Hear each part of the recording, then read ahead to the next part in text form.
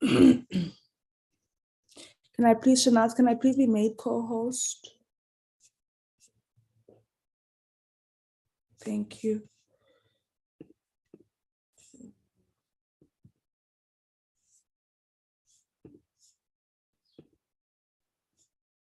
Okay. All right, thank you. Thank you and welcome to all colleagues on the platform. Shanaz, can we receive any apologies? Yes, good morning, Chair, and all on the platform. The apologies we received for today was from the Minister and then the Deputy Minister, who is part of the Taking Parliament to the People program. And then from the entity side, I've got one from Professor Jonathan Jansen from ASSAf, Chair. Those are the three apologies that I have. Thanks. Okay, Prof. Jansen is the president of ASSAf, so who will then be leading the delegation from ASSAf?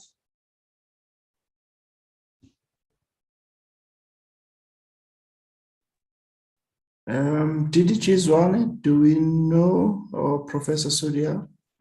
Thank you, Gigi. Good morning, Chairperson. Professor Stephanie Burton would lead the delegation from ASSAf. She's the Vice President. Thank you, Chair. All right, thank you, colleagues. Himla, yeah. Himla Sudial.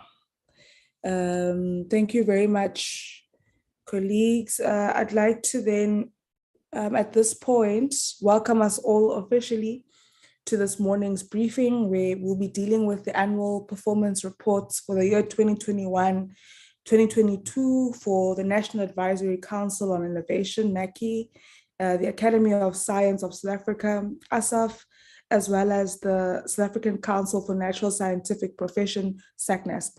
Welcome to all of you colleagues. We're always excited to interact, DG Mdraga, with the sciences. And so we look forward to the engagements that we'll be having this morning.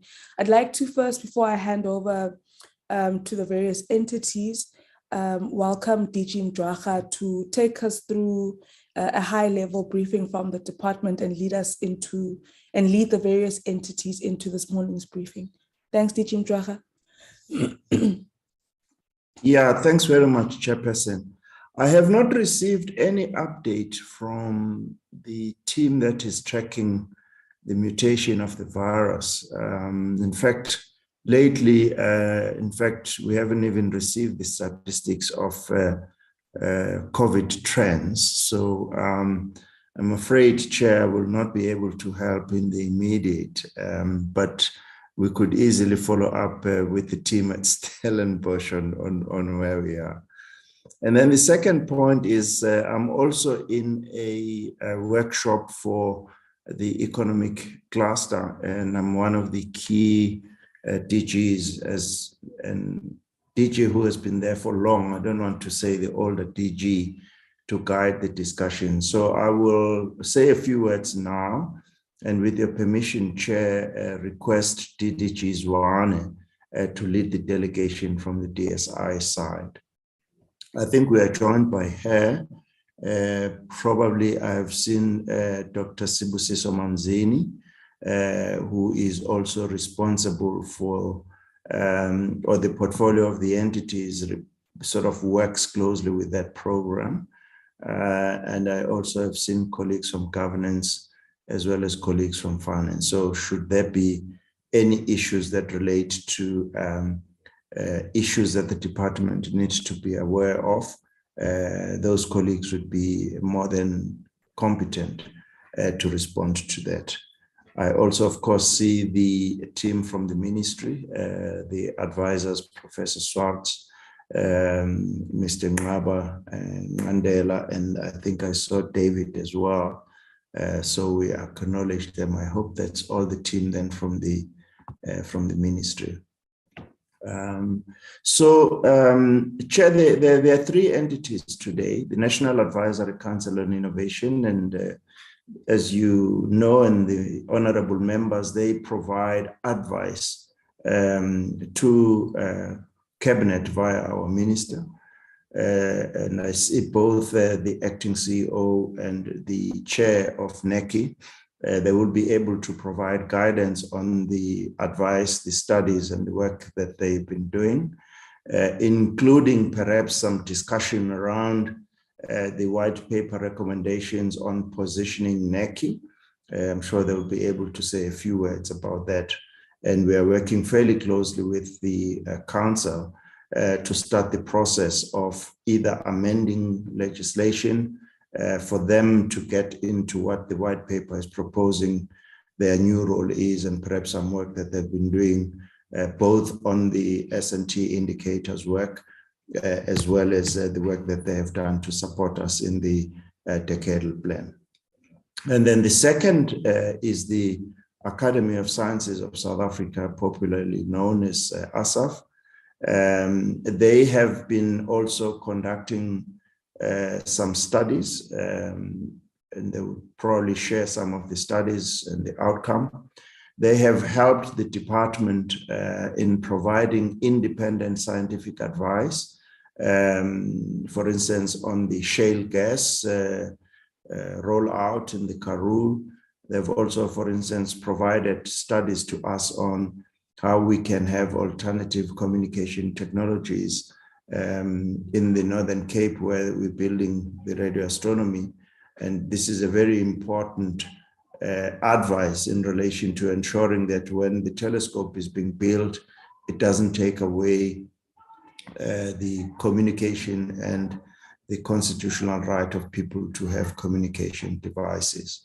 They may probably talk about the work that they are doing to bring young academics and support them to become full members of the academy.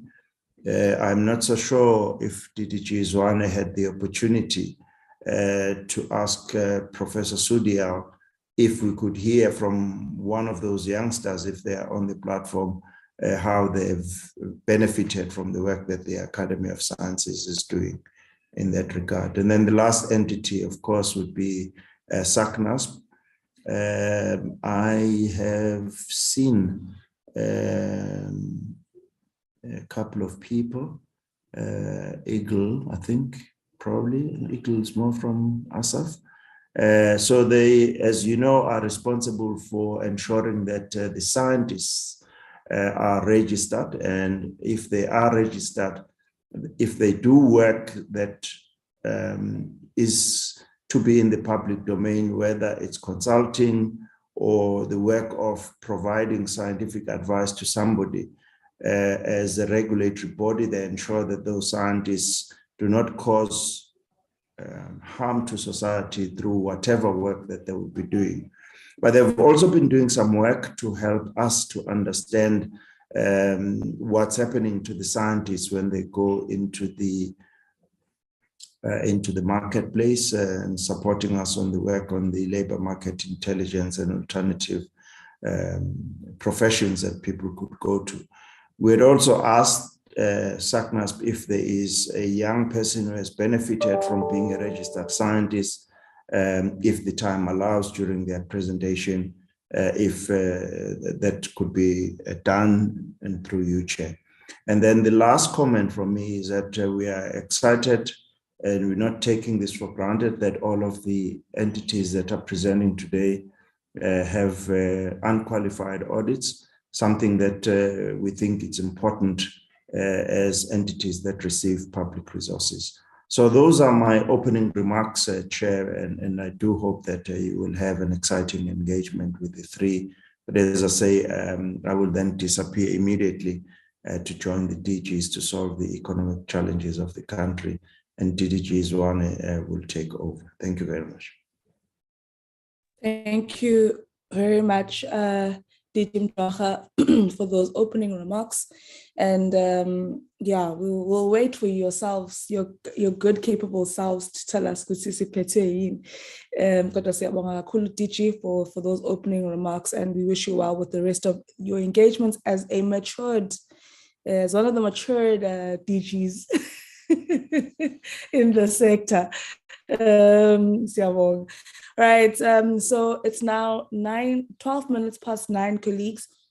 And we had allocated 45 minutes to colleagues from the National Advisory Council on Innovation to present. So we'll still grant them that 45 minutes. I'll hand over to Dr. Moepudi, as well as Dr. Cele, who's the acting CEO. Dr. Moepudi is the council chairperson. So I'll hand over to you, Chair, so that you can lead the team into your presentation. Thank you so much. Good morning, Chair and the Portfolio Committee. Thank you, DG, for the introductions. I'm with the acting CEO of NACI. We're here to try and present the annual report as requested by the Portfolio Committee. I think briefly, Chair, the Council has been seized with trying to fulfill its mandate in the year that we're reporting. And we believe as a start that we have actually done the best that we could with the resources that we have had. Under the circumstances, we've also been looking at ways in which NACI could improve upon its policy advice and other advice within the science and technology and innovation space in a manner that actually enhances the uptake of such advice, but also in a manner that broadens the impact that such advice would have both in government and in society as a whole. Our work has largely been done directed by the council members of NACI, who some of them are also connected on the line here. Some of the members of council of NACI, and through them there is consultation with various stakeholders out there in the sector in order to generate the policy advice that is required. Some of the key areas around the policy advice that is presented by NACI comes upon requests from the minister or even the Department of Science and Innovation. One such example is the audit of the bioeconomy strategy, which we have successfully completed in the year that we're reporting, and submitted our report to the minister accordingly. I will now proceed to hand over to the CEO. But before I do that, I think it's important, Chair, that I indicate to you that our term of office for the 3-year period expired 2 months ago, and the minister has extended up till the end of this particular month in order for him and the department to finalize the processes of appointing the new council. With those few words, Chair, we want to thank the Portfolio Committee and the Department of Science and Innovation for the support that they have given to the council to ensure that it fulfills its work. We have also been busy with the area that this DG has indicated around NACI's renewal, to review its mandate and to ensure that we put in place the necessary processes that require a new mandate of NACI in proceeding for going forward, so that we are able to have a NACI that is able to fulfill the key issues that have been identified in the white paper on science and technology. Chair, the acting CEO, Dr. Cele, will now take us through the annual report. Thank you. Good morning, Honorable Chairperson and honorable members of the Portfolio Committee. And then thank you to our Chairperson, Dr. Moepudi, and members of NACI Executive and the DG and his team. Chair, we would like to start with a slide reminding ourselves of what Chief Albert Ntuli said on the occasion when he received his Nobel Peace Prize that scientific inventions at all conceivable levels should enrich human life. The intention of reminding ourselves of what the Honorable Chief said is really it's twofold. Firstly, to indicate that in this country, we have long recognized the importance of science in informing policy and the role that science can potentially play in creating an inclusive and sustainable socio-economic development. So we thought it's important to start with that, but it also serves as a reminder to us as NACI on an ongoing basis to appreciate the nature of the work and the challenge that we have to contribute towards. The presentation, of course, we would provide a brief background and context, remind ourselves of what is the current NACI mandate, the vision, the mission, and outcomes, and then provide a summary of performance information, as well as matters related to governance, human resources, and finance. And the CFO would also help us when we get to the finances. Chairperson, quickly to remind ourselves that we live in a world that is highly complex, uncertain, and rapidly changing. And we have identified few mega trends that are characterizing the world that we're living in. In fact, some are arguing that the world is in transition. So we have a lot of transitions.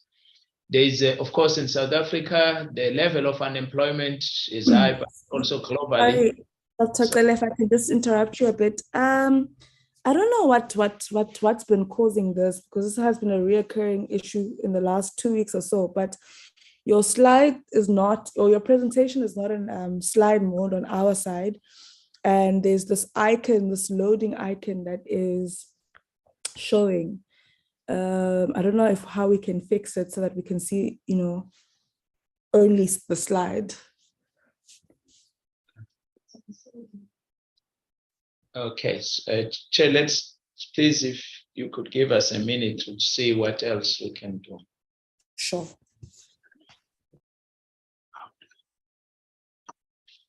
PC. She said it's not on slide mode on their side.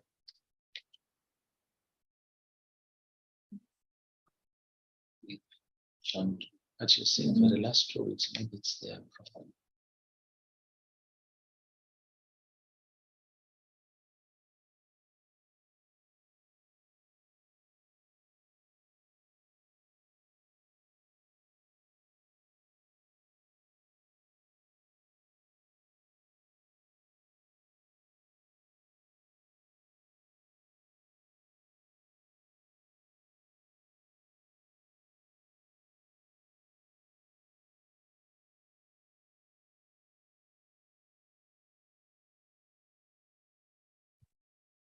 Please put it back in.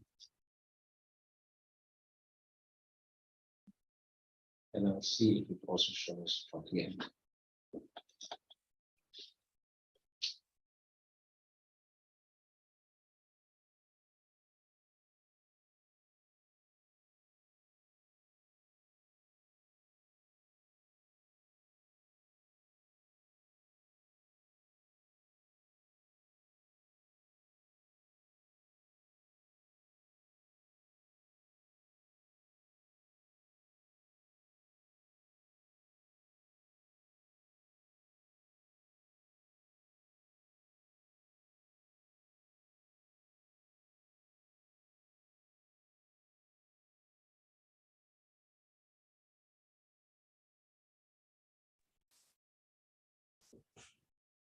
Honorable Litie.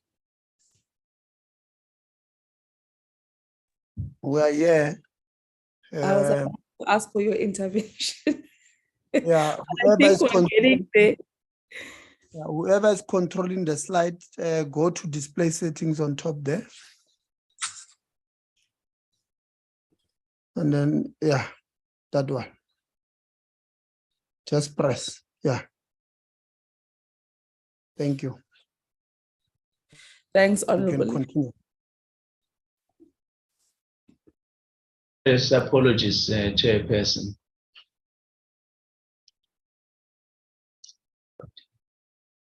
You may continue, Acting CEO. Okay. So I was just reminding ourselves, Chair, of the world that is highly complex, uncertain, and rapidly changing, which is characterized, amongst others, by growing unemployment, which is acute in South Africa, but globally, most countries are beginning to experience this problem as well as a consequence of COVID. And then, of course, climate change. The effects of climate change are all visible for all of us to see, and they require serious actions. And then, of course, COVID-19, the impacts of COVID-19 are still lingering. And of course, they've had an impact on our STI systems, which we still need to sufficiently analyze and understand and prepare for the future. And then there's, of course, the growing global inequality, which is again acute in the context of South Africa.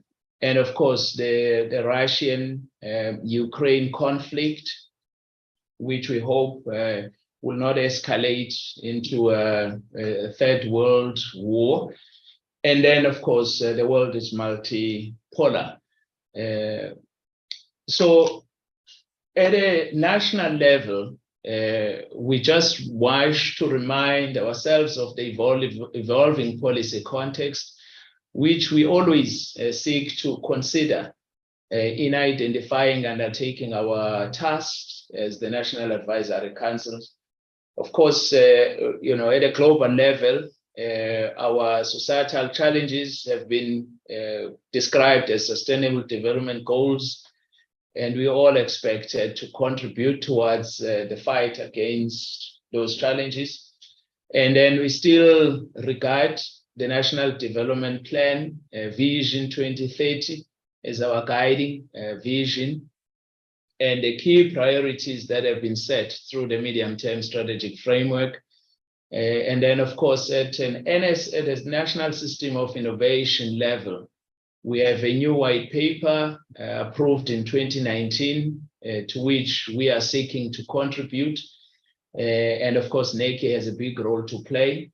The decadal plan, the initial draft is in the public. We did contribute, Chair, to the plan through the foresight exercise. And then, of course, the Hastile review, which again has an impact in the direction that NACI will be undertaking. So this is just a summary, Honorable Chairperson and members, which you would have seen, sort of capturing the essence of our journey in terms of STI policy mix.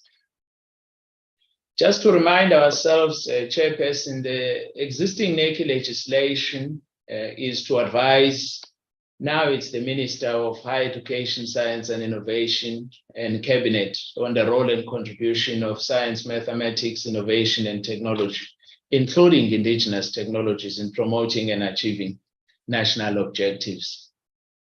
And some of our legislative functions include us providing advice on the identification of research and development priorities and their incorporation in the process of government funding of R&D, on the establishment and maintenance of information systems that support the monitoring and evaluation of the NSI management and function, and also to advise on how the NSI could be better coordinated and stimulated so that it's able to respond to the sustainable societal challenges and development objectives. Our vision is to become a leading advisory body to government on STI within a well-coordinated, responsive and functioning NSI. Our sense of existence is to provide evidence-based advice to the Minister of Higher Education, Science and Innovation, and through the Minister to Cabinet on science, on STI matters, through research, expertise, and engagement with stakeholders, which the chairperson has alluded to. We've got 4 strategic outcomes, chairperson. The first one being about drawing lessons continuously from our experience in providing advice and seek to improve the nature of such advice so that it is better utilized and it provides evidence-informed, confidential, and timely to both the Minister as well as Cabinet. The second one is about assisting in the building of the National System of Innovation, Monitoring, Evaluation, and Learning capability in order to be able to assess the health of the system, and particularly its contribution to sustainable and inclusive socio-economic development. Thirdly, it's about making a contribution to the building of a well-coordinated, responsive, and an effective system. The fourth one, to transform NACI into a smart, efficient, and learning organization, so that we take advantage of digitization opportunities, as well as ensure that our staff members are continuously reskilled, trained, so that their knowledge can be enhanced and be in a position to provide better services.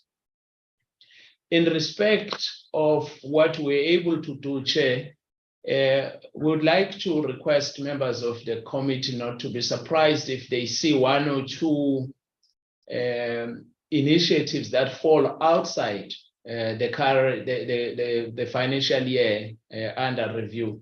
The reason is because, as the chair said, this is their last presentation as their term has ended.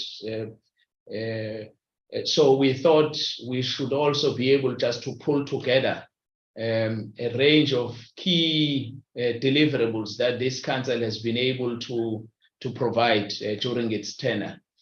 Last year, at the inaugural STI Interministerial Committee, we were asked to undertake and present a case study of China and South Korea in respect of how they've utilized innovation to stimulate and grow and ensure that their socio-economic development is not only inclusive, but it's also sustainable. So we were able to present that case study to the Interministerial Committee. The second one, we asked to advise the minister on how to establish a sovereign innovation fund, and we were able to provide such an advice. And Honorable Chairperson, you would have seen in the department slides on the decadal plan, the reference would have been made on the review of the National Research and Development Strategy and 10-year innovation plan, which we undertook and provided to the department so as to develop the decadal plan. We have also been able to undertake one of the principal tasks that the white paper has assigned to NACI, which is that to develop a national system of innovation, monitoring, and evaluation framework. We've completed or accomplished that task and provided it to the department. And then, of course, Chairperson, as I indicated earlier, one of our proud achievements, moderately so, is that we're able to assist our country by undertaking a foresight exercise for STI 2030, which has been really helpful in terms of shaping the priorities that are contained in the decadal plan. And our flagship projects is to track and report the performance of the system using selected STI indicators, which we annually publish and share to stakeholders. But since last year, at the behest of the minister, we began the process of looking into the TVET colleges as well and ask whether we can be able to see evidence of innovation in that sector. We were able to produce an exploratory study report, which has assisted us to begin a process of validating about 25 indicators that we hope we will be able to then generate the State of Innovation report sometime next year, which we'll be able to share with key stakeholders, including the portfolio committee. This slide is just to provide evidence of what we're talking about, how the foresight exercise was considered and influenced the priorities of the decadal plan. Chairperson, the indicators report, which we have reported, we've used this framework that looks at different components, including the social and economic effects, as well as innovation activities and investment. So that's the framework that guided the last year's STI indicators report. And one of the key issues, which has also been reported by the HSRC and perhaps other analysis, is around our level of investment in R&D as a percentage of growth expenditure, or growth domestic product rather. That this is a worrying trend which we need to find solution. As the National Advisory Council, we have done a follow-up analysis to try and understand better the circumstances under which business has not been able to invest as much as they should in terms of R&D. We've produced an initial analysis. We seek to deepen that analysis so that at least at the end of the day, we can also provide advice to government as to how we can arrest the persistent decline of business expenditure in R&D, which is a real worrying trend to all of us. As I said, Chair, if one continues highlighting some of the contributions that the Council has been able to make in the last financial year, we're able to produce what we call the STI Integrated Regional Agenda on Renewable Energy. So the report was essentially commissioned to say, if we recognize that our system cannot succeed without a strong regional or even a continental STI system, and therefore what are the opportunities that may exist at a regional level, which the leadership of South Africa could pursue in the area of renewable energy. We were able to produce that report, subjected it to a roundtable discussion with stakeholders and experts, and consequently provided advice to government on what is the possible regional agenda that can be pursued. We also completed a study in which we assessed the utility scale energy storage. And again, we involved different stakeholders, including ESCOM and other competent experts who participated in the study, and we're able to provide advice to government on how we can address the energy storage challenge. We also completed a study on the impact of imported technologies in South Africa, water security. We were able to provide advice to government as to what is it that can be done to address the challenge of water security. Honorable Chairperson, NACI Council 2-3 years back adopted, or took a decision rather, that transformation should be a standing item on its agenda. As a consequence, we have developed a program that has, in the last financial year, resulted in a report which we call it Facing the Facts, where we look at women participation in STEM. And that report was presented to stakeholders in August at a webinar. And there are other dimensions of that work that are being undertaken, including completing a diagnostic report, as well as beginning to develop a consolidated transformation program or framework. And we're working closely with the department because, as you know, that the department has also been doing some work around transformation. The team that has been leading that work from the department side is involved in this work, and then a number of stakeholders who are working with us. And then, Chairperson, we were asked some years ago to develop a national STI information and data portal, following an analysis by experts that in South Africa, we have a lot of data sources which are located in different places, but there is no single repository or single place through which one could enter and access that data. So the portal has been piloted and it's now being upscaled.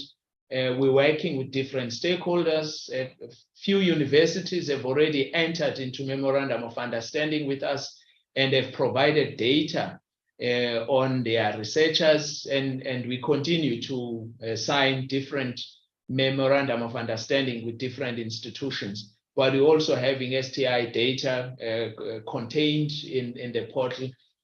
But the purpose is that it's not only to stop, but also to work with those data sources that are well established. And we don't intend to duplicate what they do, but rather to create an interface and make sure that at a particular point, anyone should be able to have a single point of entry if you're looking for data on STI. We are pleased with the progress that is being made in that regard.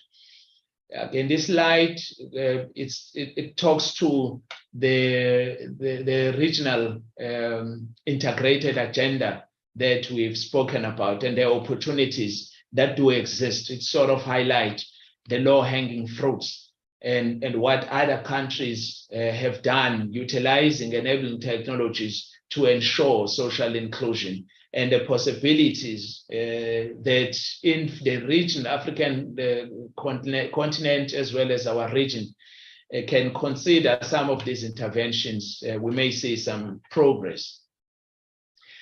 Again, Chair, we completed recently an assessment of maths and science education interventions.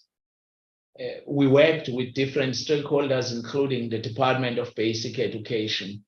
Our concern, and I suppose it's a concern shared widely in South Africa, is that government, or the state rather, has invested a lot in terms of trying to improve the quality and the quantity of matric results in terms of mathematics and physics since 1994.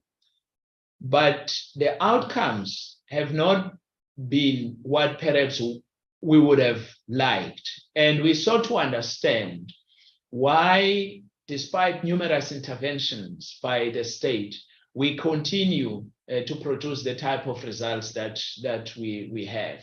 So the report has recently been finalized, and we have submitted it to the minister for engagement.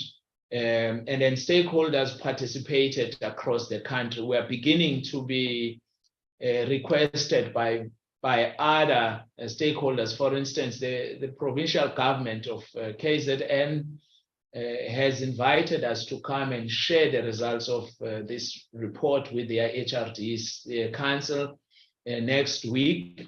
And other stakeholders have also invited us. The chair alluded to the audit of the bioeconomy, which was requested by the department. As you may know, Chairperson, that this is one area in which we have invested millions, if not hundreds of millions, since its establishment.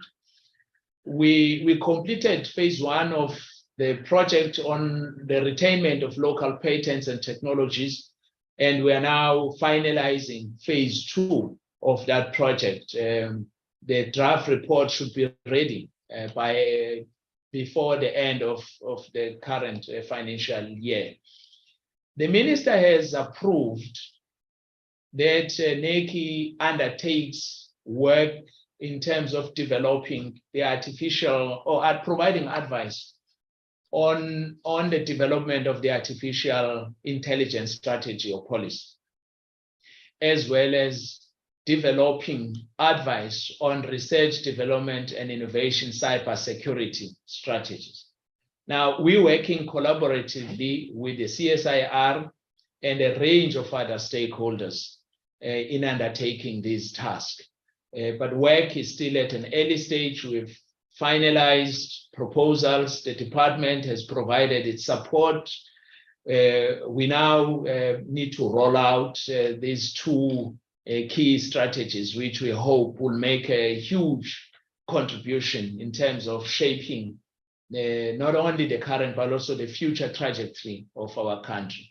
We have an obligation to participate and engage in international partnerships. We've participated in the AU-EU Innovation and Policy Dialogue. We've also participated in BRICS initiatives. We've established a good working relationships with the High School of Economics in Moscow, since they worked with us during Foresight. We are working with them as well as part of the BRICS nations. We represent South Africa in the Committee of Science, Technology, and Innovation Policy in the OECD, as well as other working parties. We are building other relations, for instance, with Cuba. We've had initial interactions with the Cuban embassy. We're waiting for them to come back to us in terms of the relevant stakeholders to whom we can engage in Cuba. And we have a lot of local or domestic partnerships, including the agencies that will be presenting after us. So, Chairperson, the two next slides are really the tables. They sort of summarize what we have achieved, and I have no intention of repeating because we have already articulated those. Suffice to indicate what we're able to deliver. We're committed to produce 3 advice, and we have listed those that we were able to produce before end of March.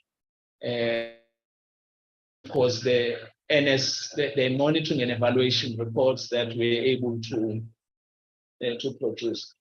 And then, Chairperson, of course, on the corporate governance side, we have an obligation to make sure that APPs and annual reports are produced and finalized and submitted to Parliament timelessly, and we have been able to meet those deadlines. But we have also been working closely with the department in respect of trying to improve our communication strategies. And consequently, there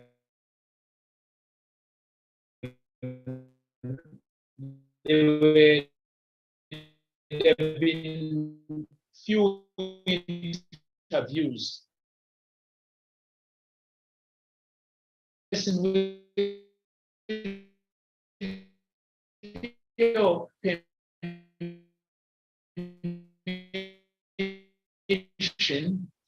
Maybe let me make just a last point around knowledge management, which is a vital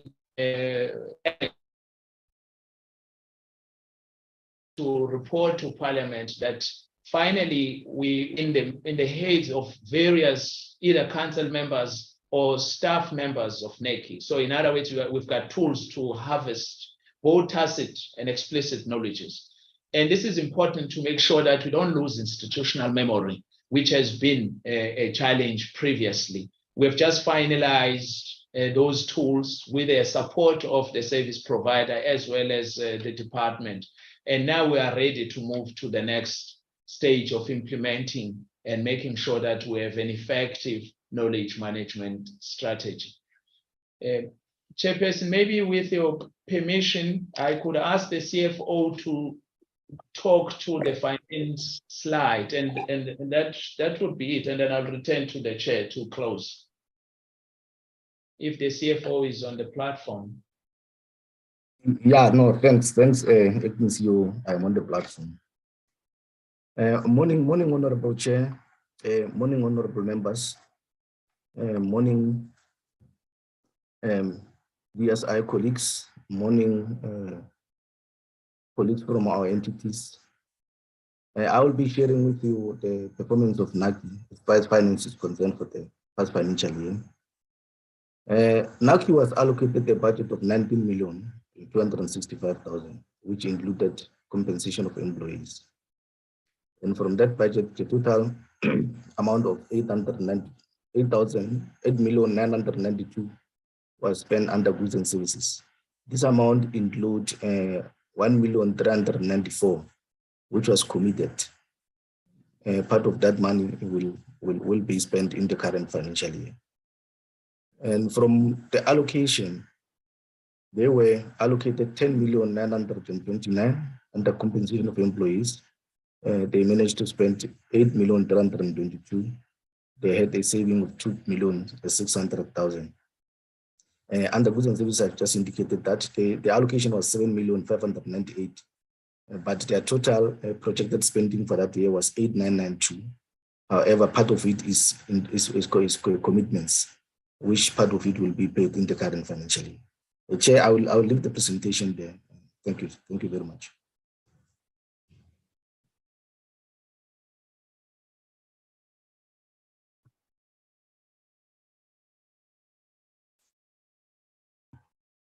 Here myself as well, I'm not well. I think that question of Chair wanting to know what is happening, why are most people not well. I'm also looking forward to the answer to see what is happening. Why are we like this? Thank you. Chair, thank you. I think you have in the APP a list of the council members, as well as the members of the secretariat, led by the acting CEO, Dr. Tele. We wish to express our appreciation to the portfolio committee, and that is the presentation that has now just been made on behalf of NACI by the acting CEO. Chair, thank you very much.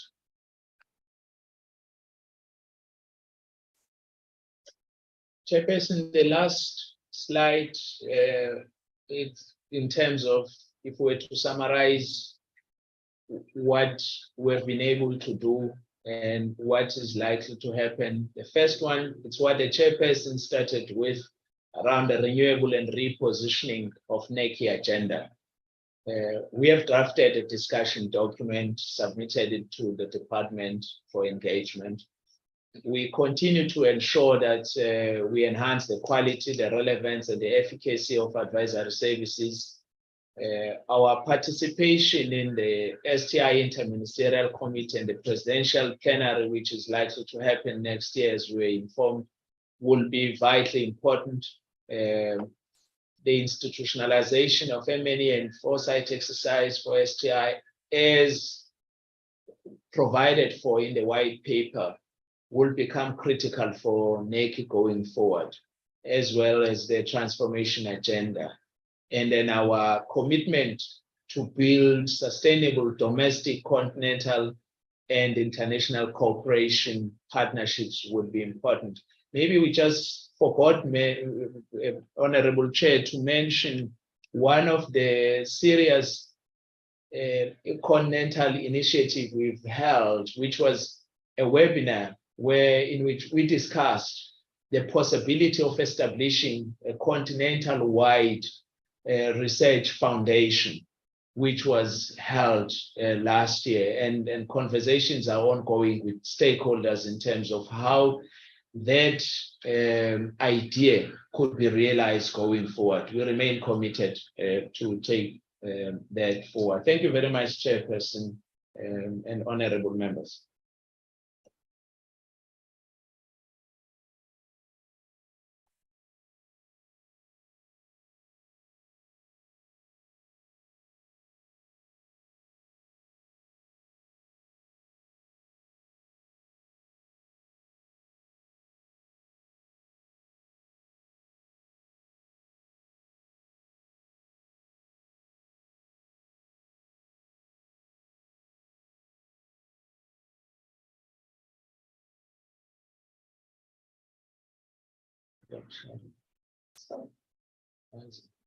Thank you very much, colleagues. Apologies for that delay. I was just trying to block out some noise that was coming from the outside. Thank you very much to Dr. Cele and Dr. Mwepedi. We would now move on, Mwepudi, apologies. We'll now move on to the next entity. So that was the National Advisory Council on Innovation. We'll now be moving on to the Academy of Science of South Africa. We've already received our apology or an apology from Prof. Janssen, who's the president of ASSAf, and we have been told that the delegation will be led by the vice president, Prof. Burton. I'd like to then hand over to Prof. Burton to present the annual report for 2021-2022. Honourable Chair, thank you. Good morning to everybody, and thank you for this opportunity to give you an introduction to our annual report. I'm very pleased that we have with us today some of the other members of the Academy of Sciences of South Africa Council, as well as myself, and they will also be here later if necessary to answer any questions that may come up at the end of our report. So thank you very much for this opportunity to introduce the presentation of our annual report for 2021-22 as the Academy of Sciences of South Africa. So Chair and colleagues, just to remind ourselves, a Science Academy is a learned society. It's dedicated to the sciences broadly, and it's established for the purpose of promoting scholarly activities and providing science advice. The members of any Science Academy are scholars. They're recognized nationally and in their global science community for the excellence and relevance of their contributions in their respective scientific fields and to their broader community. Like other academies, the South African Academy of Sciences, ASSAf, seeks to promote and apply scientific thinking in the service of society and to recognize and promote excellence in scientific achievement, and also to provide evidence-based, objective, independent science advice to all our stakeholders, including to government, but also including, importantly, our community or our society. And that advice can help to provide guidance to assist members of our society to make decisions which will affect their lives and their well-being, among other things. So never has communication been so important. This report reflects our activities over the reporting period 2021-22, which was a period like no other, where we have lived and worked through largely the time of the COVID-19 pandemic, which dominated our lives during the time, but it also gave us new opportunities, for example, to build strategic partnerships across the SADC region and across African and international regions, allowing us to focus on dealing with the effects of the pandemic on academic and scientific progress, but also this has shown us just how much we can do by outreach.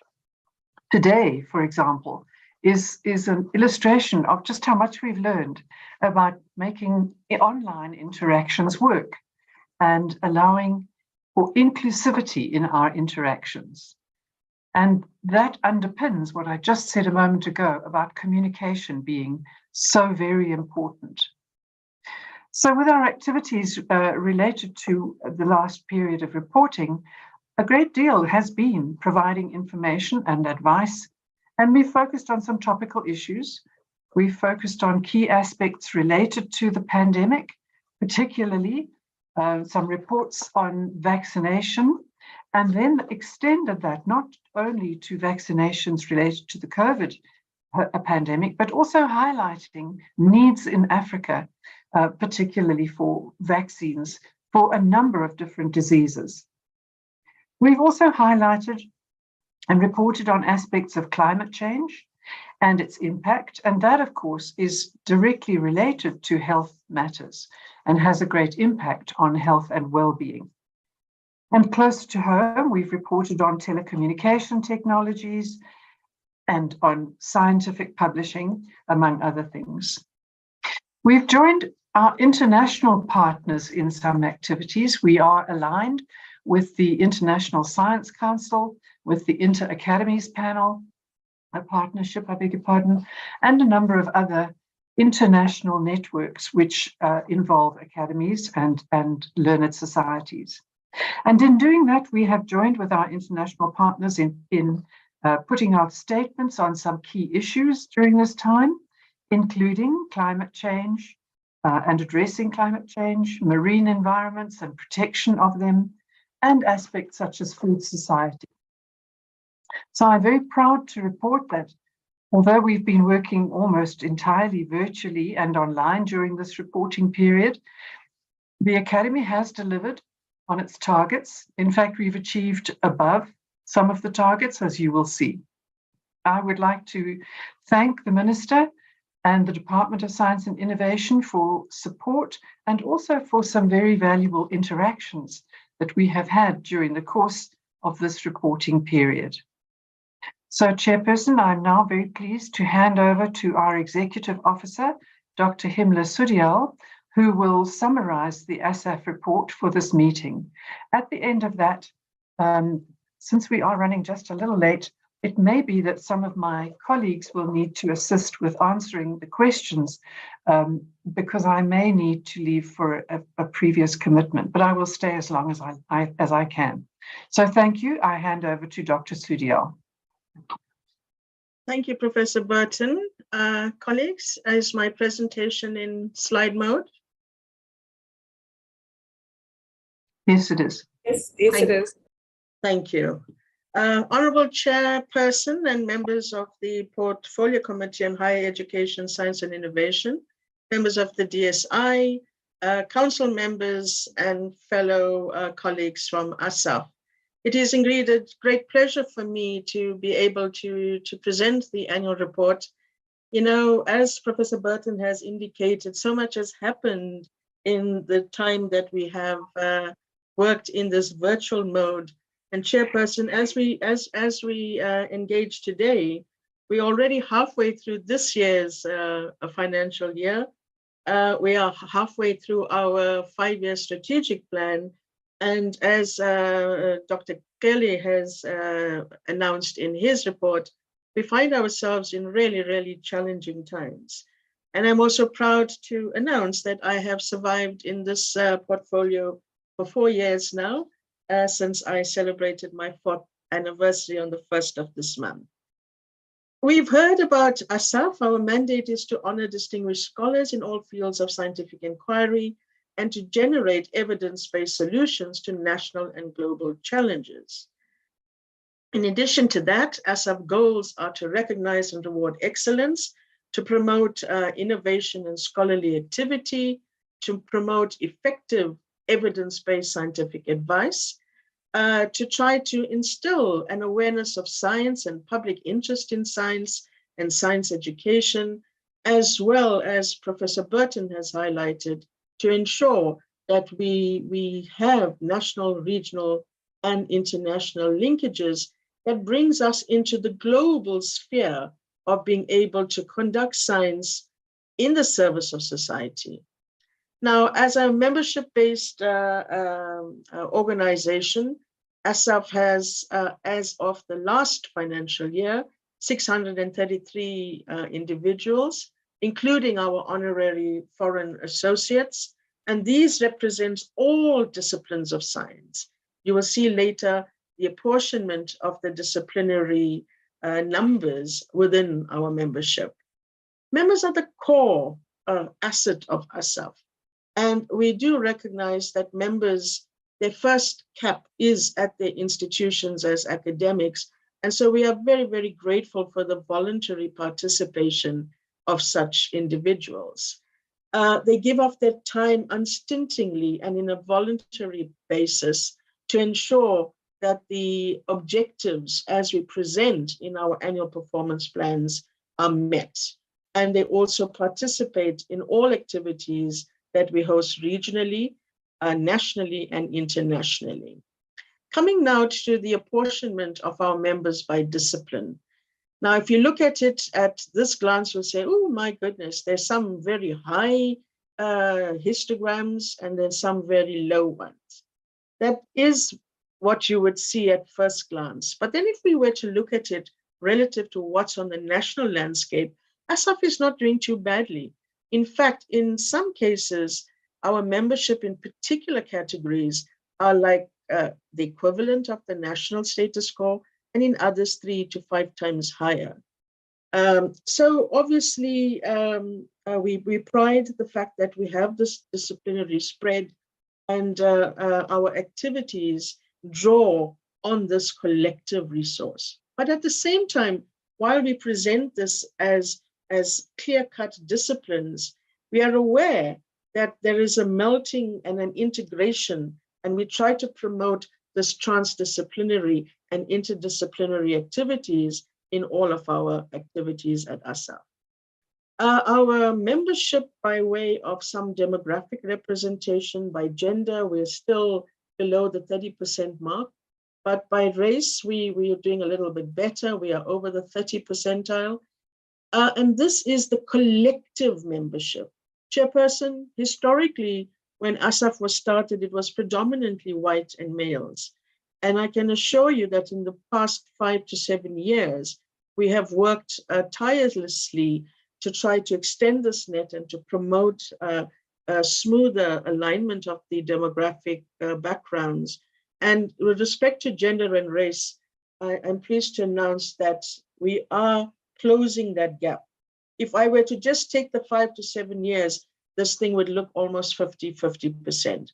Unfortunately, we have the backdraft of what we've had previously, and we have just completed our transformation strategy, which we've presented to the Department of Science and Innovation. And in that, we have additional ways of trying to improve that to be able to fix the total numbers. With respect to institution, like the big 5 in the country, we also have, the prominent universities, and there are many academic institutions that we still have singleton or single representation. And this is also highlighted in our strategic plan as to how we should improve it. We are conducting, regional engagements at universities and across the national grid to try to promote the nomination. Remember, Chairperson, that the process of membership at ASSAf is through nomination and election. And so we are trying to wisen up as to how we could promote this. And I must say that I want to take this opportunity of showing tribute to our Young Academy and the Future Professors Program, which is being architected by our sister organization, the DHET, because through such programs, we are sure to have a little bit smoothing of these curves that we see with high representativity at some institutions, intermediate, and some low. So we have a lot of work to do in the future to try to enhance knowledge of the academy at other institutions and to improve on the statistics holistically. Well, with our memberships, what do? We are mindful of the national imperatives, as we've heard in the NACI presentation, and we try to align our activities to grow and to show inroads into how we can brand the national imperatives with some of the work we do. Some of these include a responsive and a coordinated, efficient national system of innovation, increased knowledge generation. How can we contribute to the development of capacity and skills? How can we retain the skill sets in our country to promote the next generation of scientists that will be necessary to take the economy and the social and other aspects of the country forward? And of course, these are linked with the knowledge for economic development and inclusive development. So how do we do this? Well, through the membership, working in conjunction with the Secretariat and the council being led by our president, Professor Jonathan Jansen, we have a star cast of council members who also work voluntarily and give of their time unstintingly to help guide us as the operational holders through the Secretariat. Chairperson, this year with the retirement of Prof. Norman Duncan, Professor Stella Nkomo was nominated to become a full member, and the minister appointed Professor Tawane Cooper as the NACI representative. So our 13-member council is also inclusive, in addition to the 13, of 2 national advisors, and we have Prof. Majosi and Prof. Impedi, the latter who is now the Vice Chancellor-elect of University of Johannesburg. Our programs at ASSAf are kind of broadly clustered into 3 main activities that's championed by our governance and administration team, together with our communications officer, and we also include our IT activities within here. And the 2 arms of the major operational activities now include the Science Advisory Program and strategic partnerships. Chairperson, here too, I want to bring to the attention of our members that we merged our Science Advisory Program and liaison program that we had previously into this common one, because we felt that in order for us to be able to deliver on our science advisory activities, we needed to have a very solid grasp of our strategic partners, nationally, regionally, and internationally. And we thought by bringing this program together that we would be able to talk across the board and break the silos that start to emerge when you have things too disparately organized. And I'm pleased to say that Dr. Malusi Twala, who's on the platform, has been appointed in this as a manager here, and he is helping us grow this portfolio from strength to strength.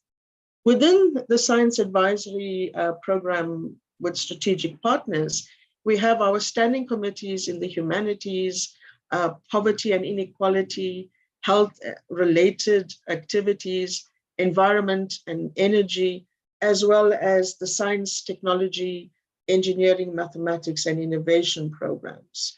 And within this, we try to liaise with partners all across the board to be able to deliver on the specific activity that we undertake. Similarly, I've talked previously about our national, regional, and international liaison. And I must say that on the African continent, one of our council members, Professor Eagle Gledhill, serves on the NACI executive. Professor Stephanie Burton has just been appointed as the co-chair of the Inter-Academy Partnership. And we have council members who are also part of the BRICS academies, taking that portfolio forward, the S20, and so on. So we have a very good inroad into that visibility on the national, regional, and international platform. Our scholarly publishing program, led by Ms. Susan Felsman, again anchors our Quest magazine that goes out to senior scholars, the South African Journal of Science, Colisa journals, and they pride themselves on advancing the Africa Open Science program, not just for Africa, but internationally, as well as assisting the DHET with peer review of journals to ensure that our journals are of the highest quality.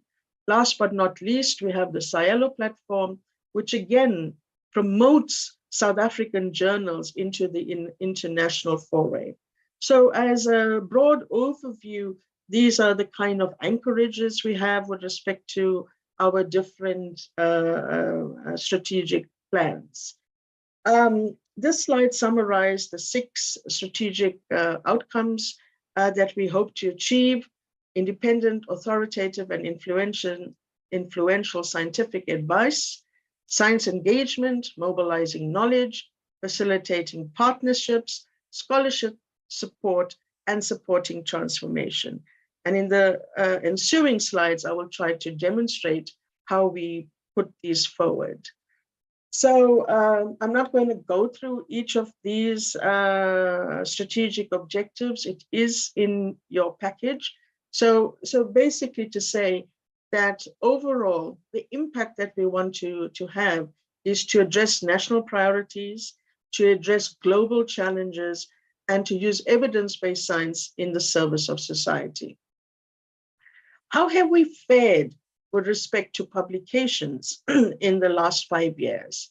As one can see in the reporting period that we're talking about, we have had 3 consensus studies. We produced about 3 scholarly and peer-reviewed reports. There have been other types of reports that don't fit into the previous 2 categories. We've had 9 statements, and not exclusively with just ASSAf, but with SAIS and some of the other leading stakeholders that we've partnered with. And we've also produced a booklet dealing with COVID, the COVID pandemic, that was specifically targeted for teachers and for scholars and for anybody who wanted to have a one-stop place to learn about what was going on with the COVID pandemic.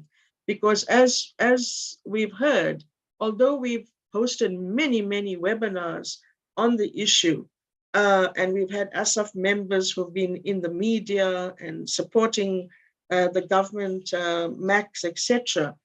The bottom line is that we needed to get soundbite information to those people who did not understand the jargon. And that was the intention of this book. And from the reports that we've been getting, Chairperson, I can assure you that we are achieving that. Some of the consensus studies, DG talked about this as well. And the one that took some time to put together, but we eventually got it out, was the consensus report on low vaccination coverage and under-immunization in sub-Saharan Africa. It's really, really appalling that when you look in the sub-Saharan African region, how pediatric cases, particularly children, are so poorly immunized. And yet we have an international standard to live by.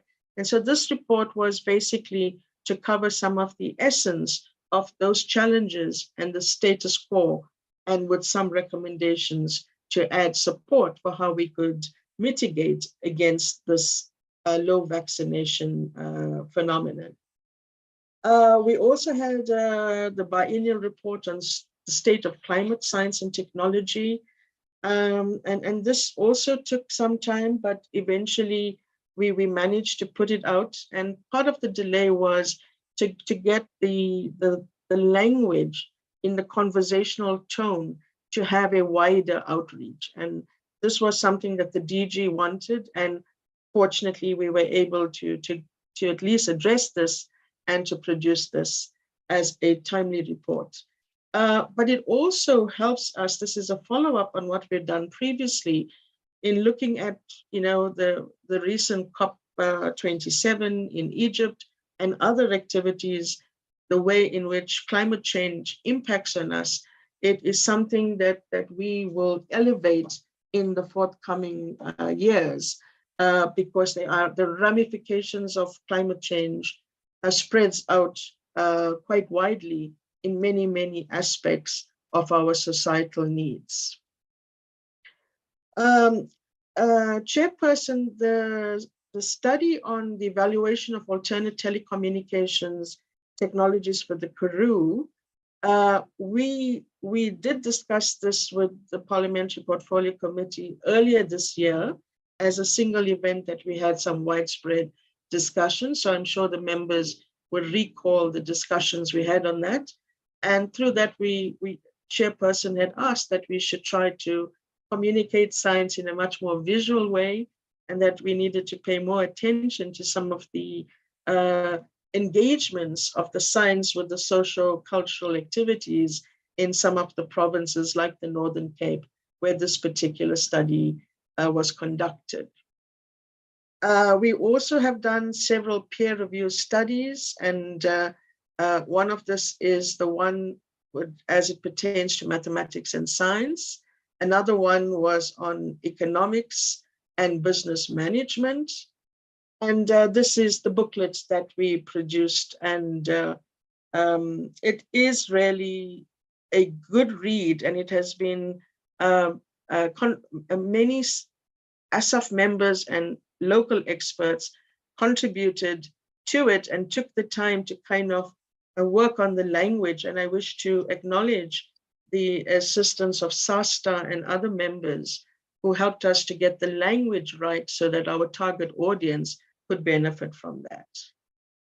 So with respect to statements, Chairperson, given in the time that we've done it, we've had, as I said, 9, and that included activities with marine environments, advisories on the outbreak of foot and mouth disease in KZN, and so on. And I want to say that we did this in partnership with many other stakeholders, and we hope to continue in a similar light going forward.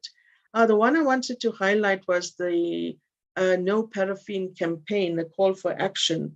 And this one is particularly interesting because it also has multifaceted impacts of the people who through poverty are forced to use paraffin because of the high expense of electricity, and yet the harm to their health and hazards, etc., are so high. So ASSAf thought that this would be a good thing to host. We hosted 3 webinars on this and put together a statement. So again, this particular statement is a ramifications of what is really going on in some areas of our society that needs to be elevated for more action. With respect to our targets, we have done very well, as Professor Burton has mentioned. In our target and indicators, we have, we commit to 8, but given that we were hosting things virtually, without having to organize workshops face-to-face that had accommodation and other hospitality activities, we did 22. And this was quite remarkable.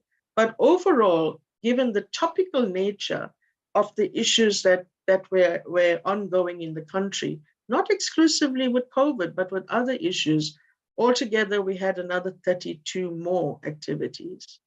Well, our newsletters, which we put out as a quarter, we met those targets, and similarly, we had several media releases. I'm not going to go into the details of all of this, so don't get too concerned. But with respect to science engagement, we've had several widespread activities, and these are summarized in this particular slide. We also have a very nice partnership with the Department of Science and Innovation with our inclusive IID seminar series. And we've managed to establish a good working relationship with the South African local government, SALGA, and so this helps us to work on promoting the district development model with this, which we try to also incorporate into some of our activities. Our South African Journal of Science is still producing high quality, multidisciplinary publications, and we've met all the necessary deadlines. And in the coming year, we've also had a few more supplementary ones that have flagshipped some very interesting research that's ongoing in the country. With our Quest magazine, we've also met the deadlines, but sadly this year, we're saddened to announce the death of our liaison education person, Mr. Seppo Majake, who passed away earlier this year. So he will be sorely missed because his passion for engagement of science across the spheres was well recognized, but hopefully the person who succeeds him will help us grow this in the way that Seppo would have wanted. But at the same time, we had this thematic focus, and again, we've had very good responses from all of this. The aspect that is very, very rewarding is seeing how we contribute to the advancement of young researchers in the country. We have today invited one of the co-chairs, who I will introduce in a minute, but just to say that our activities spread from international activities like sending diligent, well-deserving scholars to the Lindau Nobel laureate meeting in Germany. We've managed to, in the past it was virtual, but this year to catch up, they've had 2 meetings and we've supported that. We've participated at National Science Week, and this is another very rewarding activity because now we are able to take the science from high level discussions right into the community level. And topics such as the status of coding and robotics at schools has been topical. My colleagues have hosted writing workshops to promote those skills. And SAIAS has celebrated, the Young Academy of Science celebrated their 10-year anniversary. And we continue to bridge the gap between science and policy. We support the BRICS Young Scientists Conclave. So in addition to Lindau, we also participate at the BRICS. We contribute to future careers by hosting webinars to advance and to harness skills to prepare young people for the job market. We participate in science, technology, and innovation diplomacy workshops. And yeah, I've already talked about the booklet.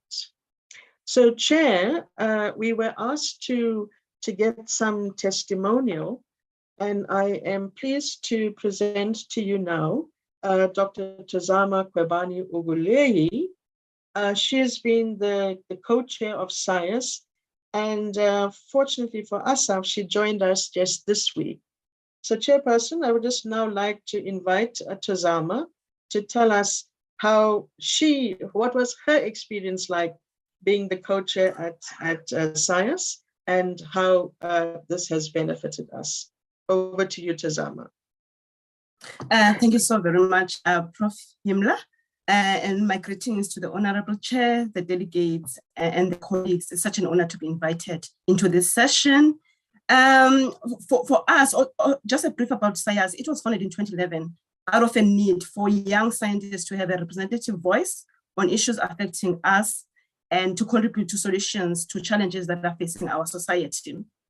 And in terms of funding, we are funded by the Senior Academy, the Academy of Science of South Africa, and we do a number of projects collectively with ASSAf.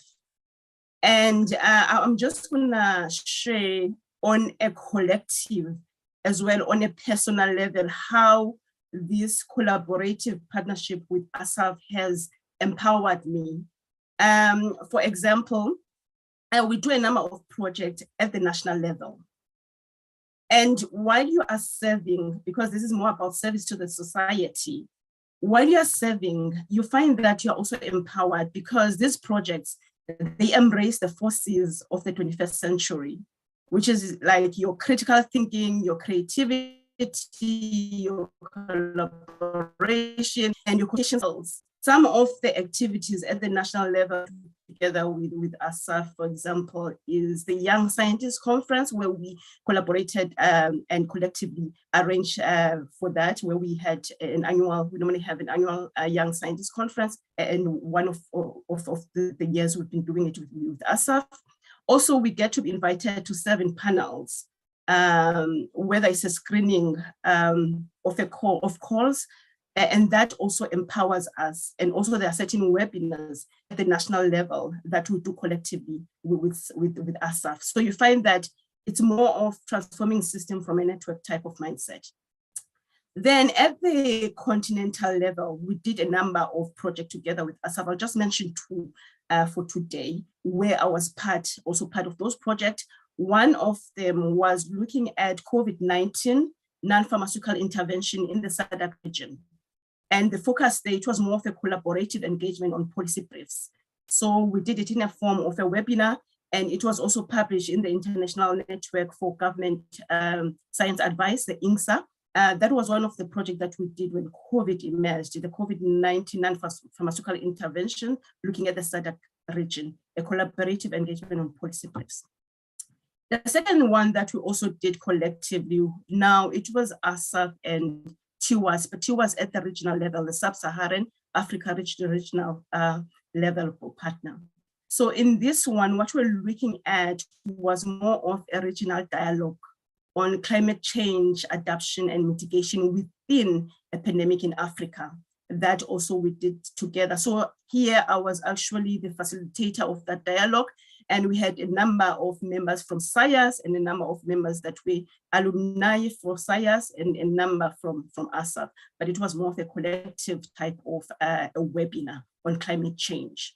Then another one, now it happened in 2019, where it was so evident in terms of co-creation of solution and collective leadership. This is now where I benefited externally, where I was selected through ASSAf to represent the young academies in South Africa. The young scientists actually at the World Science Forum took place in Budapest in 2019 in Hungary. So this is more of a forum on social and economic relevance, influence and responsibility of science. And this year we are the host in December. It's happening in South Africa. And lastly, I'll just share the last activity. It's a number of activities, but due to time, you'll allow me to share this last one. This was during the launch of the Science Diplomacy Capital for Africa. This is a DSI initiative, which is housed at the CSIR. In this one, I was invited as a co-chair of SAIAS through ASSAf. And the Science Diplomacy Capital for Africa is more of a multilateral collaboration seeking to solve challenges that are facing humanity. Thank you so very much for this time. It's an honor to be here. Thank you. Thank you, Tazama. That was really good. And I also want to say that Tazama's research background is really incredible. She has an extensive footprint in the use of indigenous knowledge systems, particularly in medicine. So I'm really looking forward to working with her on that. So thank you so much for your useful input, Tazama. Chairperson, just to continue, we also have a strong footprint in activities with gender-related themes. And we do host the Organization for Women in Science in the Developing World, OATS. And we want to strengthen that partnership to ensure leadership capacities for women in science going forward. We are also saddened by the rise of violence against women, and we would like to also work in partnership with other organizations who already have a lead on that to bring the ASSAf voice to that issue as well.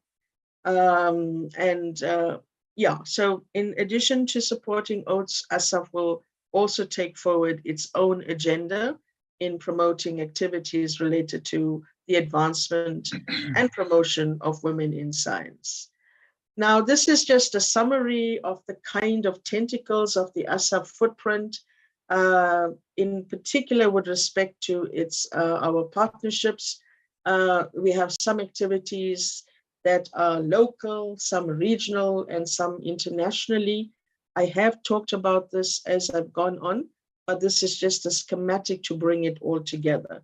But I am aware of the challenges of time, so I'm not going to go into great detail on this one.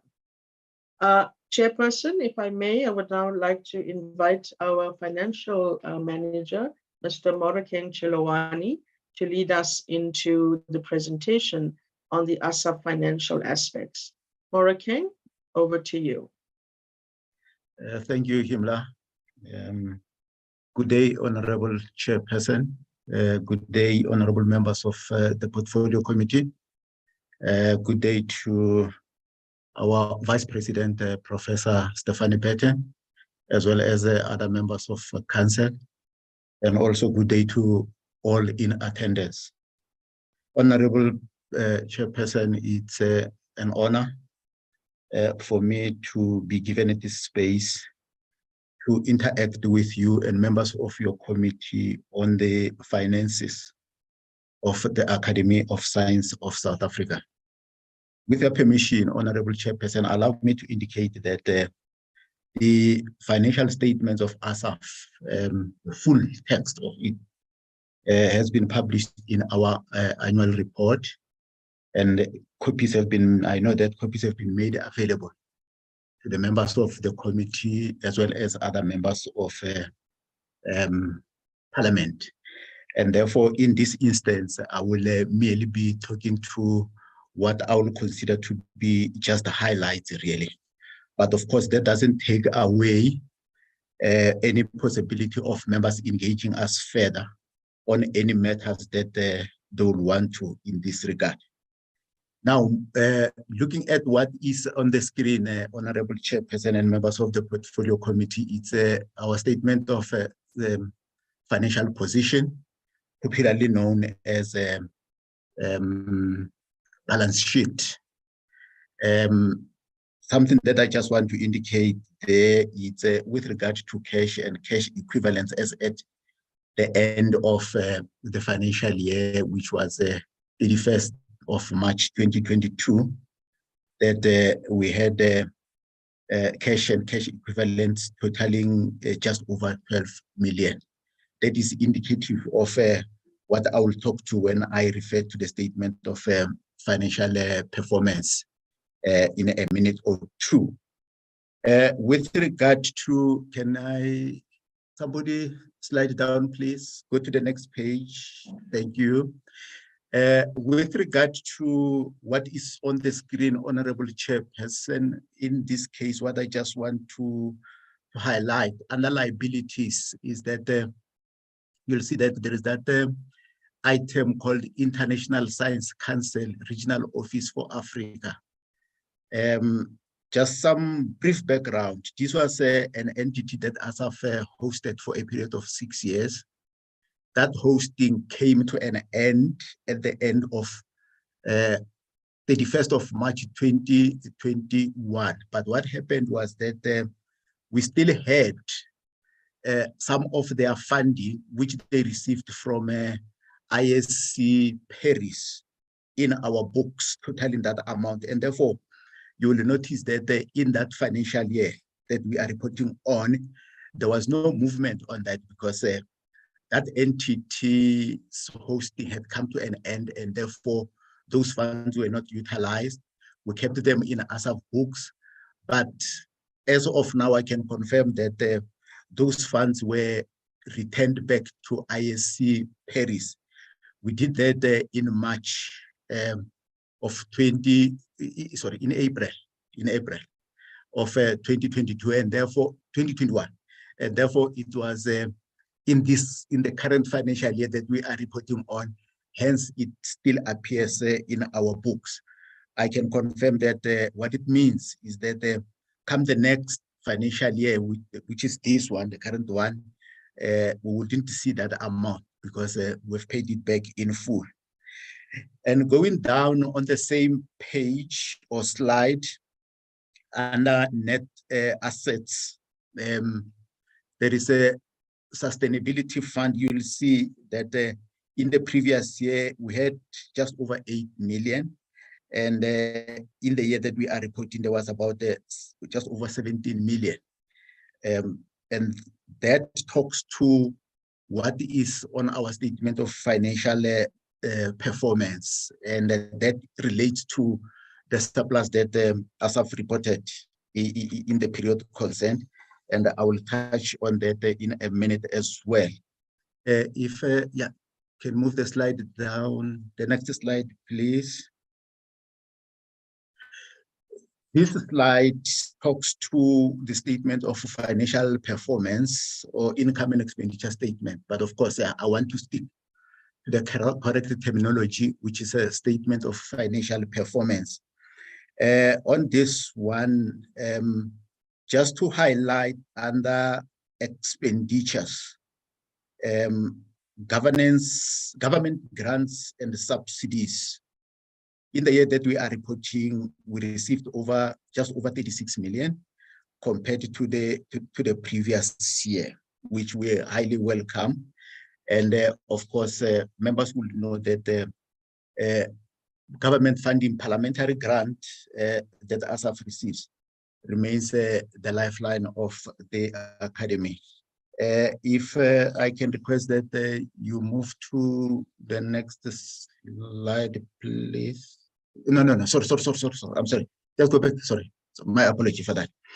Yeah, still on this slide, Honorable Chairperson, right on top, employee-related costs.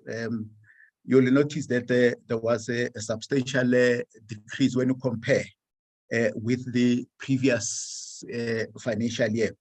That was because, as I indicated, that we had the ISC ROA that ASSAf hosted. There were employees, and therefore, when that hosting came to an end, of course, even the appointment contract for those employees came to an end, and as a result, that then reduced what we regard as employee-related costs. But also, of course, to indicate that there were some employees who resigned. That also then contributed to the decline in that regard.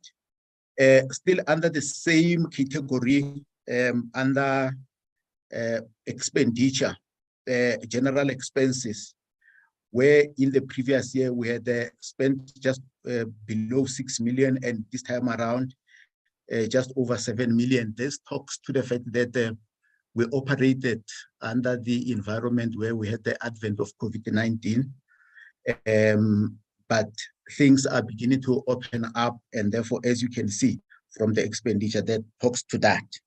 Now, lastly on this, what I just want to highlight is the fact that, yes, ASSAf reported a surplus of just over 9 million, and this talks to what I referred to under the Sustainability Fund, that was the contributing factor that pushed up what we call a Sustainability Fund or accumulated funds by that amount. Something that I also just need to refer to, Honorable Chairperson, is the fact that ASSAf do have a management component, risk management component, whereby we are mindful of the risks that the academy face or may arise. And at the same time, we do consider mitigating factors around those risks. Our risk register is updated or reviewed on an annual basis. And of course, as we present this one to you, we are in the process of reviewing the risk register, which will be subject to consideration and approval by our council as well as Audit and Risk Committee at the next meeting of 2023, that is in February next year. With that, Honorable Chairperson, I just want to take this opportunity to really express my gratitude to you and members of your committee for the continued support that you provide to the academy, as well as word of gratitude to the DG, the Minister of the Department of Science and Technology, as well as all the other officials within that department with whom we continue to interact, for their continued support. We really appreciate that. With that, Chairperson, I would like to leave it at that. Thank you very much for us. Thank you, King. Thank you, Chairperson, for giving us this opportunity to present. And in closing, I just wanted to thank all the staff at ASSAf for helping us carry the operational activities of the Academy, to the members of Council for their guidance, support, and enthusiastic encouragement of our work, to our members who participate, and as King has already done, thank the leadership from the DSI and other stakeholders, including the Parliamentary Portfolio Committee, for all that you do to keep science and education and innovation alive in the country. And we look forward to engaging with you further. Thank you, Chairperson. Thank you very much, colleagues from ASSAf. I'm seeing the apologies, the conversation in the chat where Prof. Burton is excusing herself, but is indicating that Prof. Isak, I hope I'm pronouncing that right, will take over. The apologies are noted with concern because, ideally we would want the president or the vice president to be part of such conversations, but we note the apology and we hope that Prof. Isak will be able to bring members into confidence at the end of the engagements.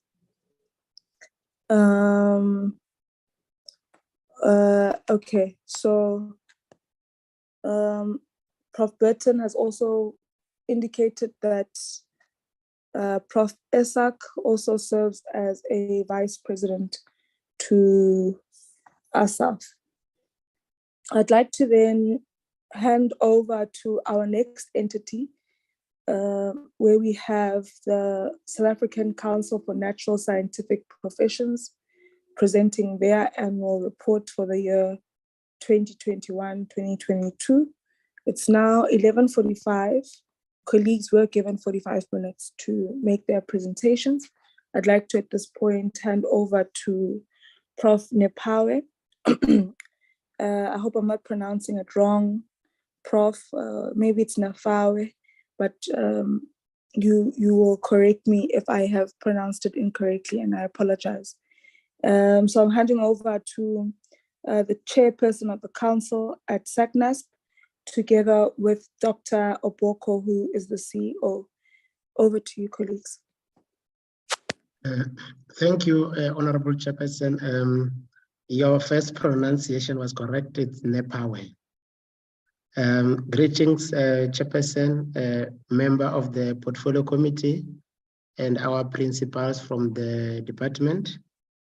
I am accompanied here today by Prof. Vanessa Steenkamp, who is the Deputy Chairperson of the Council, Professor Musacho, who chairs the Registration Committee of the Council, Mrs. Petunia Masimula, who chairs the Audit and Risk Committee,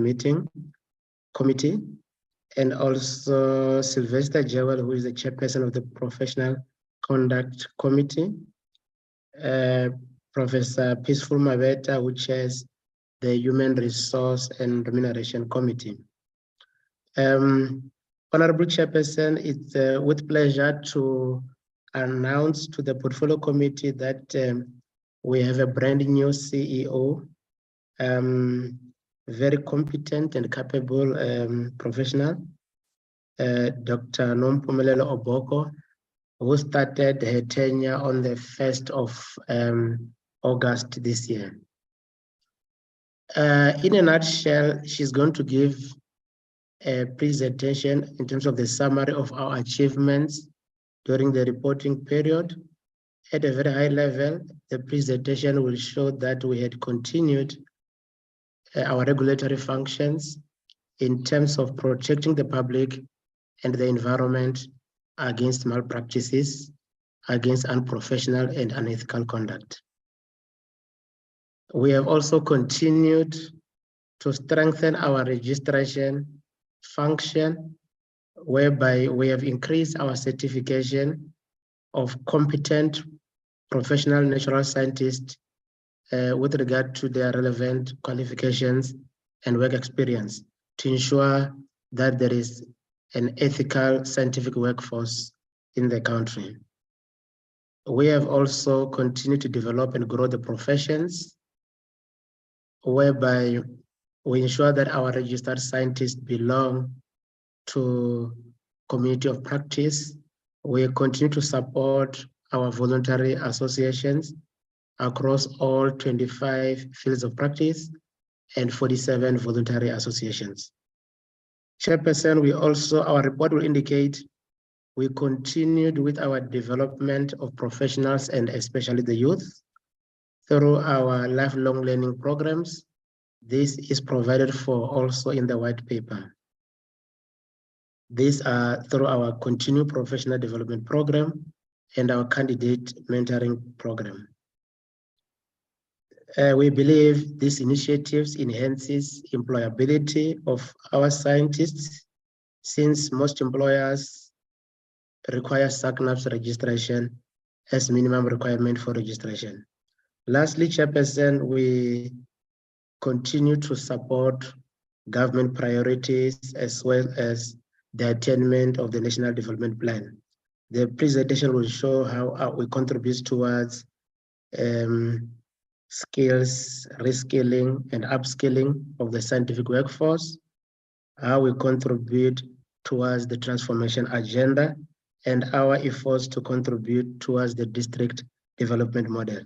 It gives me pleasure to request the CEO to give us a summary of our achievements and also to indicate that we are also accompanied by our management staff. I'll hand over to the CEO. Thank you. Thank you, Chair, and good morning to the Honorable Chairperson, as well as the members of the Portfolio Committee, and also the DDG from the Department of Science and Innovation.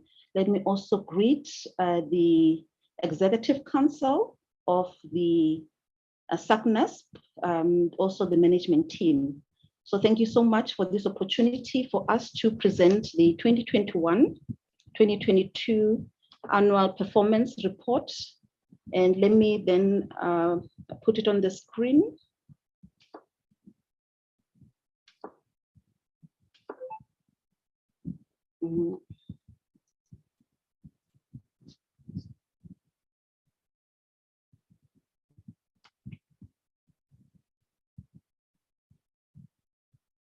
Thank you very much.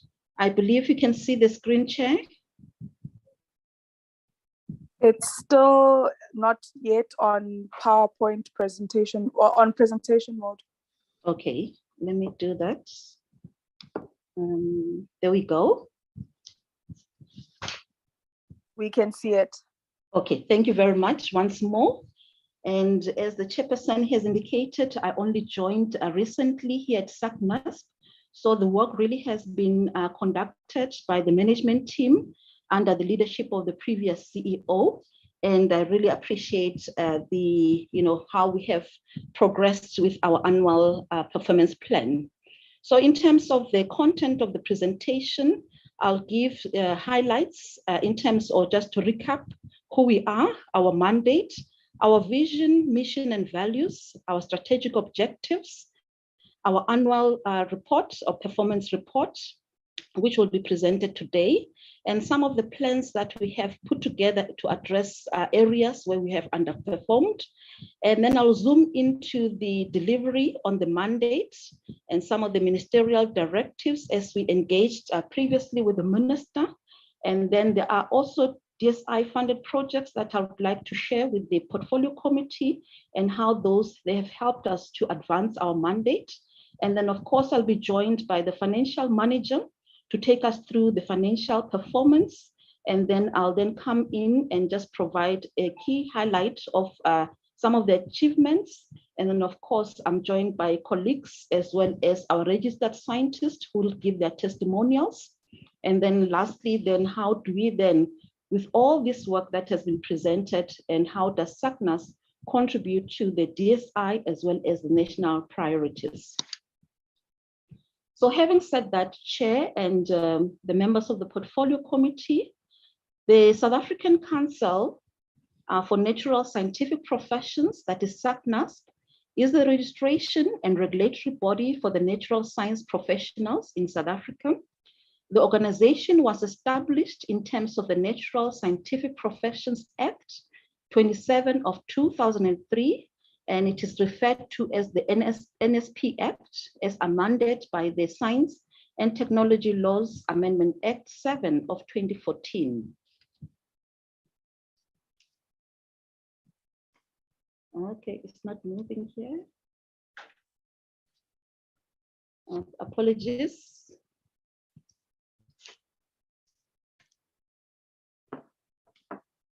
Somehow my screen is not moving. Okay, maybe I can also switch off the video.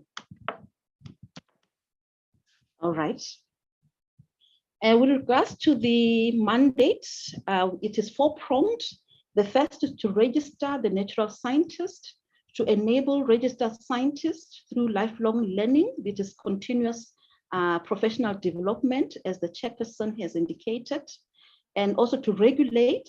Here we want to protect the public, the profession itself, and the environment. And we also, which is very key, provide advice to government for policy and decision-making.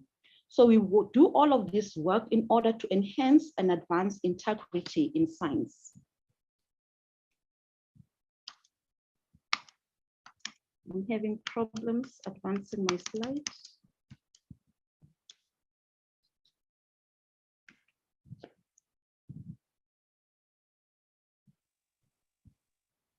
So with regards to the vision, mission, and values, our vision is to be leading the development and advancement of the natural science professions in South Africa. And our mission, or the reason why we exist, is to provide an efficient statutory council for the recruitment, registration, regulation, and advancement of the natural scientific professions in order to ensure high quality services for economic growth and societal benefit. And our values, or what guides us as SACNASP, is we have identified 5 key ones which really helps us in terms of delivery, especially on the mandate, but also on the strategic objectives that we have identified. And these include inclusiveness, integrity, innovation, and responsiveness, as well as collaboration. So with all of this, our contribution really is to see and advance a robust, productive science-based economy, or a knowledge-based economy. Our strategic objectives, as we see from our 5-year strategic plan, we have identified 5 strategic objectives, which really guides the implementation of our annual performance plan. And then in this regard, we have the first one talks to proactively advising government and relevant stakeholders on the contributions and role of the natural scientific professions in South Africa. And the second is to enforce high professional and ethical standards for the natural scientific workforce. And the third objective is to promote the natural science professions and science engagement in South Africa. And the fourth objective is to promote the professional development and transformation of the natural science sector in the country. And the 5 objectives, which is very key, is to foster a culture of good corporate governance. Having said that, when we look at our strategic plan, it aligns very well with 5 of the 7 national priorities. And these are a capable, ethical, and development state, economic transformation and job creation. And also when you look at education, skills, and health, we are playing a very key role there in order to enhance and also to ensure continuous skills development, but also professional development, a social cohesion, safer communities, and at the end, a better Africa and a better world. So towards the end of the presentation, I'll be able to show how, through our work, we've been able to advance some of these national priorities. So now, Chair, allow me to share the 2021-2022 performance report for the SACNASP.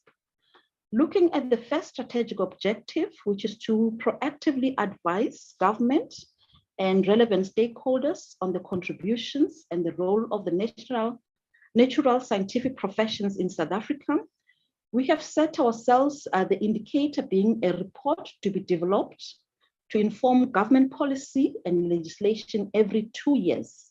So as our baseline, we had at that time a draft report on tracking of employed, unemployed, underemployed natural science graduates that was prepared.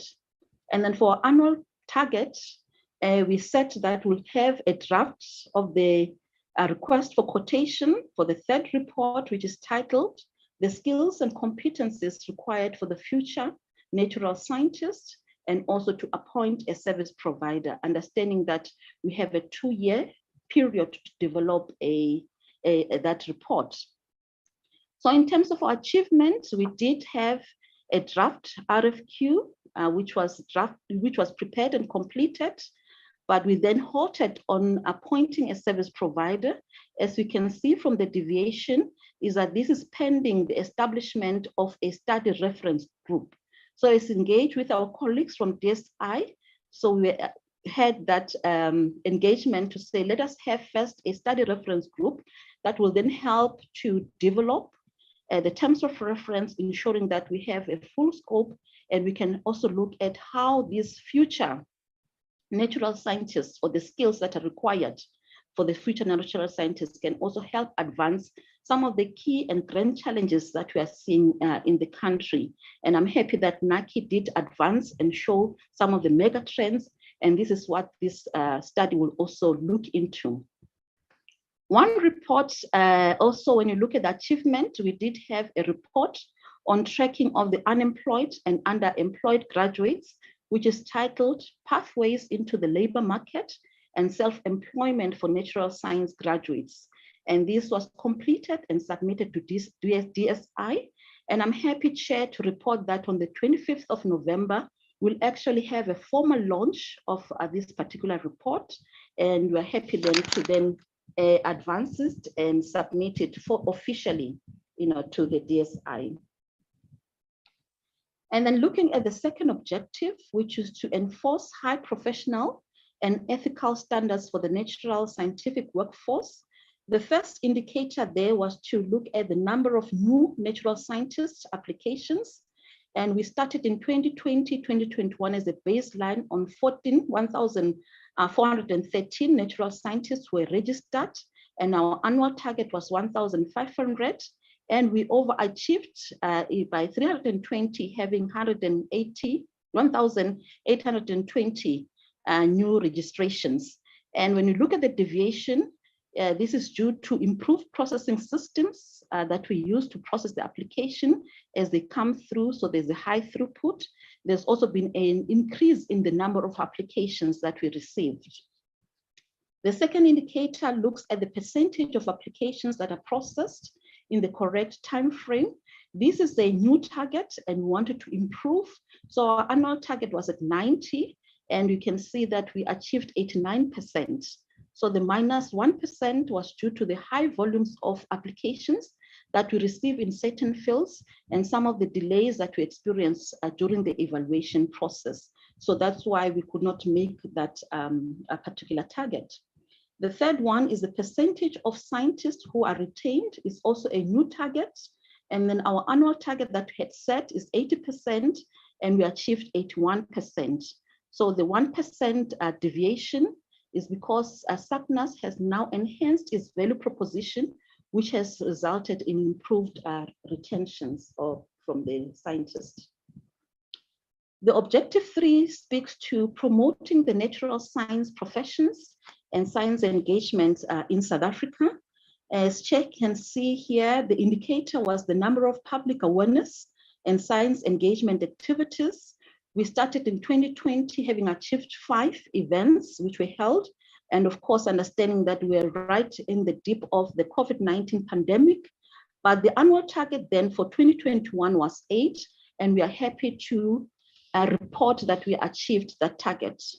And some of the topics, Chair and honorable members, that we engage on using our natural scientists to be the ones who are the thought leaders who can then engage on these very important and topical subjects, included the impact of climate change on future pandemics, guidelines on research ethics and publication practices, promoting ethical and professional conduct for natural science professionals, and also reflections on science engagement, science communication in the age of pandemics.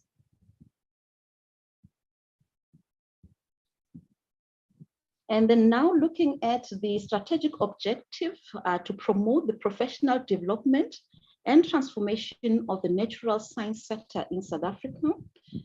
Our output or the indicators was to look at the number of registered scientists participating in lifelong learning program. And we started at 29% from the baseline. And our target for 2021-2022 was 36%, and we're able to achieve 37%. So the deviation in terms of 1% increase was due to the fact that our online courses are increasing, the scientists to have better access to the CPD events, which is the continuing professional development events. And also we are sponsoring some of the volunteer associations, and some of those events, they get funding from us, and this enables the scientists to participate, and then we then accredit them with the CPD points. And then looking at the second output was the number of, or the target there was to look at women and youth participating in student enrollment programs. We had set ourselves for 350 in terms of the participation, but we only achieved 25. So this unachievement of this target was really due to the impact of the COVID-19 restrictions and the limited face-to-face campaigns. But I must say, as you will see in the areas or plans where we want to improve, that we are really working on these particular targets, so that when we now report for the final 5-year MTA-ASSAf, we would have achieved this particular target. Looking at the number of women and youth participating in the CMP, which is really the candidate mentoring program, our baseline was 17 youth and women, and we are only able to achieve 17 out of the 100 that we had as our target. And we are wanting to enhance this through our signed MOUs with the voluntary associations in order to facilitate and fast track this very important and key program for candidate mentoring. The number of higher education natural science programs evaluated for endorsement in conjunction with the CHE. And here in 2020, we had just a guideline document which was drafted, and it was approved by council, and our target was 2, and we were able to achieve this particular target. So moving on, and the 5th objective was really to foster a culture of good governance. And I must say to the members that we do have quite a number of robust policies, as well as a robust governance structure through the council and the various committees. But what we had set out was to have an unqualified audit as our target. And as the DG has indicated, like all the other entities, we're able to achieve an unqualified audit outcome. So with regards to plans to address the key areas that I've identified or I've alluded to in terms of where we have underperformed, for objective 1, as I indicated, we are looking at establishing a study reference group prior to the appointment of a service provider for the 3rd report, which talks to the skills and competencies required for the future natural scientist. And this work is proceeding very well this current financial year. Objective 4, as we know, COVID-19 impacted quite a number of programs, especially our CMP program.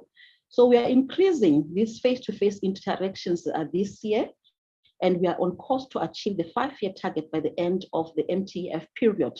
So we've made very strategic interventions to address the 2021-2022 deficit. We are also enhancing the CMP through engagement and increased participation by our voluntary associations.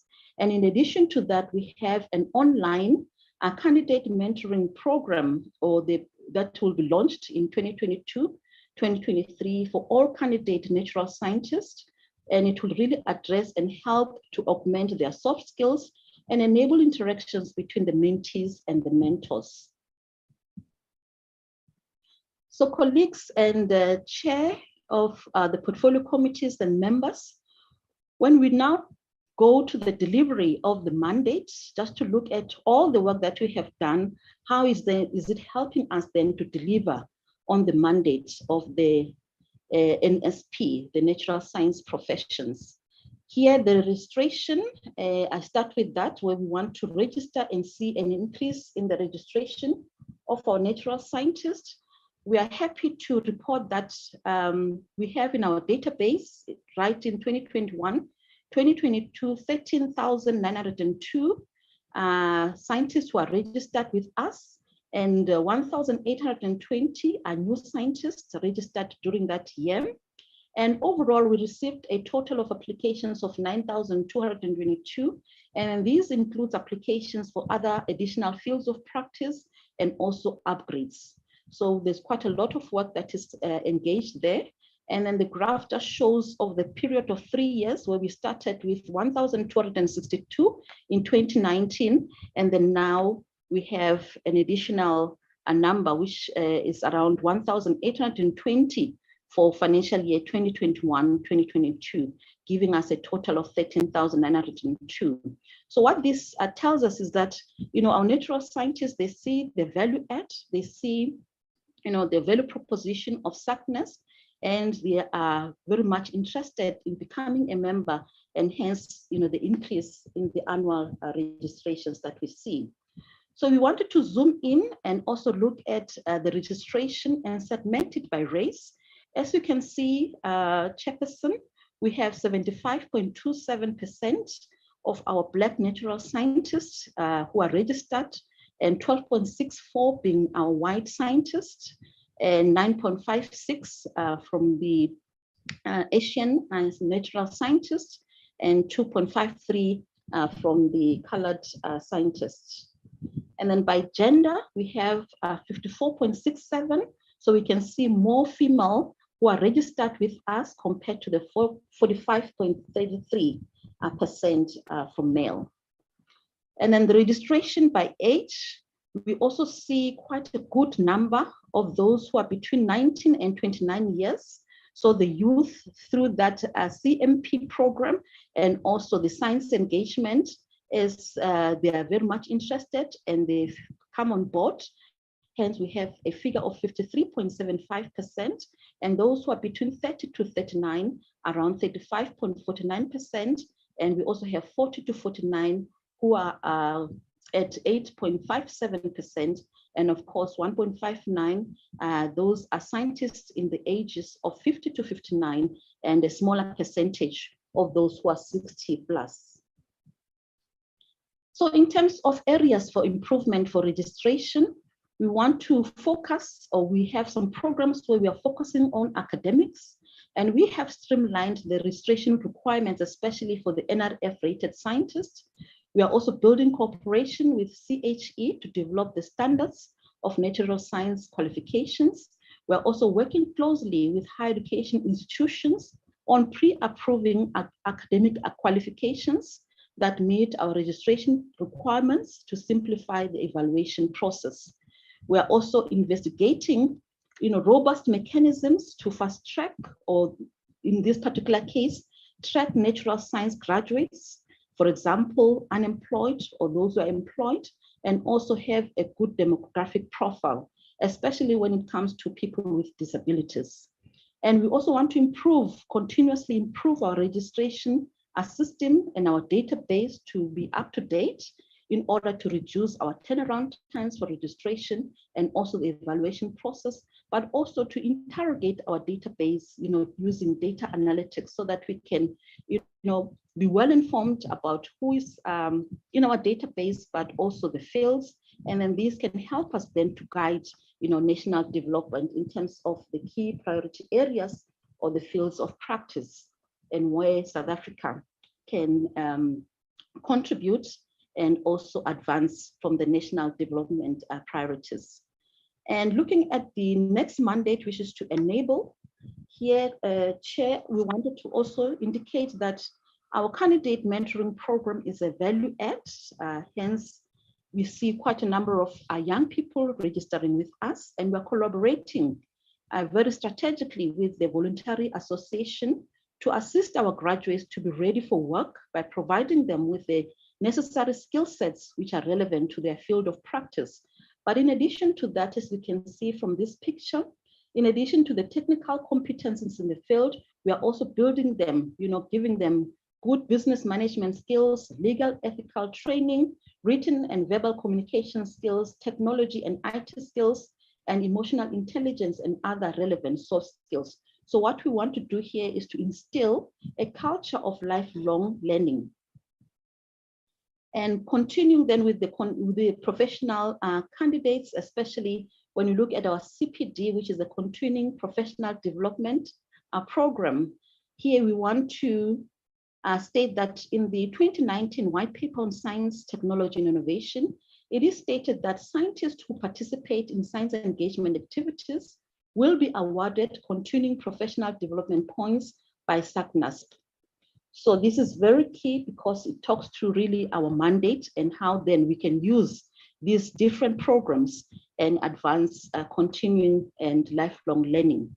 So this particular slide just shows where we come in and what is our value proposition throughout the lifelong learning value chain.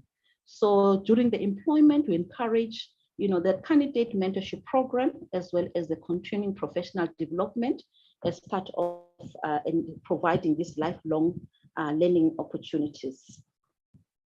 Looking at the regulation components, which is very key and which we want to enhance further in order to protect the public and protect the profession itself, but most importantly, the environment.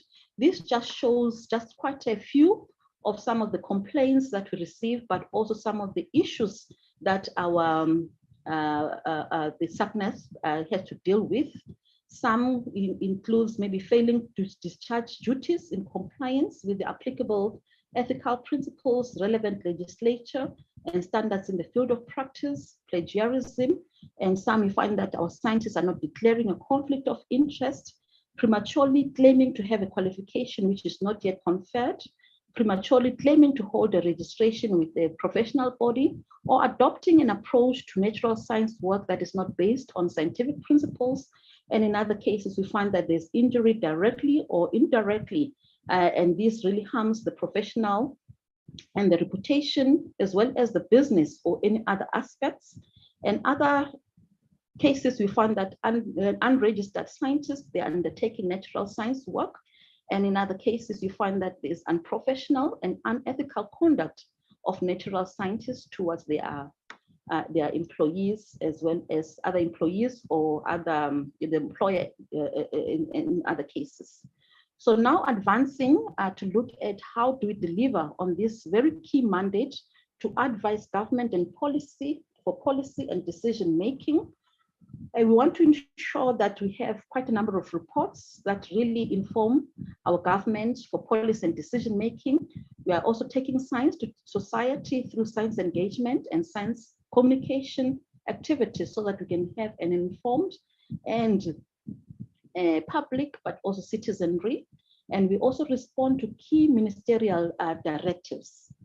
And in this case, as we engage with the minister, the first was to have a greater engagement and collaboration between natural sciences, the humanities, and the social sciences.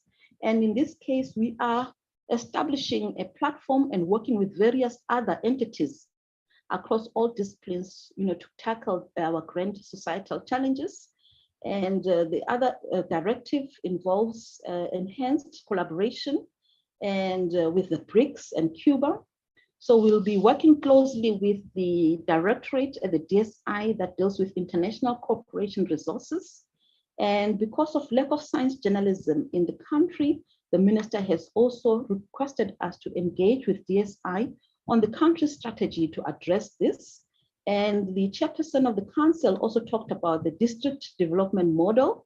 We are working closely and we'll be having sessions with our voluntary associations to arrange network sessions and also to identify areas and deliberate on local problems that will contribute and assist with this very key program on district development model.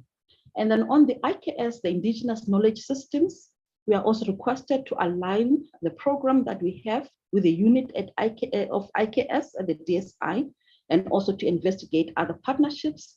And then we are also looking at, from the minister's directive, to develop a partnership strategy. So this will really help us to strengthen relationships with key stakeholders in the NSI. So now I'll hand over to our finance manager to take us through, the work and the funding that we have received from the DSI, but most importantly, our financial report. Over to you, Mr. Mangalana. Thank you. Thank you so much, CEO, and good morning, Honorable Chair, my colleagues, members of Council, and also members of the Portfolio Committee. Honorable Chair, what you see is the in front of you is the DSI funded project or projects. Firstly, SACNASP will wishes to thank the Minister of High Education, Science and Innovation, and also the Department of Science and Innovation for their continued support. SACNASP has received an amount of 9,900,000 in total from the DSI to realize some of the objectives of the strategic plan. This is as reflected on the annual report, or the income, sorry, the financial report on the annual report. The focus areas on the projects are the CMP, which is the continuous the development of the candidate mentoring phase, the CPD, the continuous professional development program, the regulation, and also the information technology platform. Madam Chair, the grants that were received before the recognition are satisfied, are recognized as liability, also as deferred income on our on our balance sheet. The grants that impose the future performance conditions are recognized as income only when the performance are met. The financial performance of SACNASP, for 2021-2022, we have, of course, realized a surplus of 916,974, just a shy away of $1 million. Of course, we've got revenue, scientists, and also from that we've received from the DSI, and other income that comprises of the SASTA grants for the National Science Week. And can you just move on?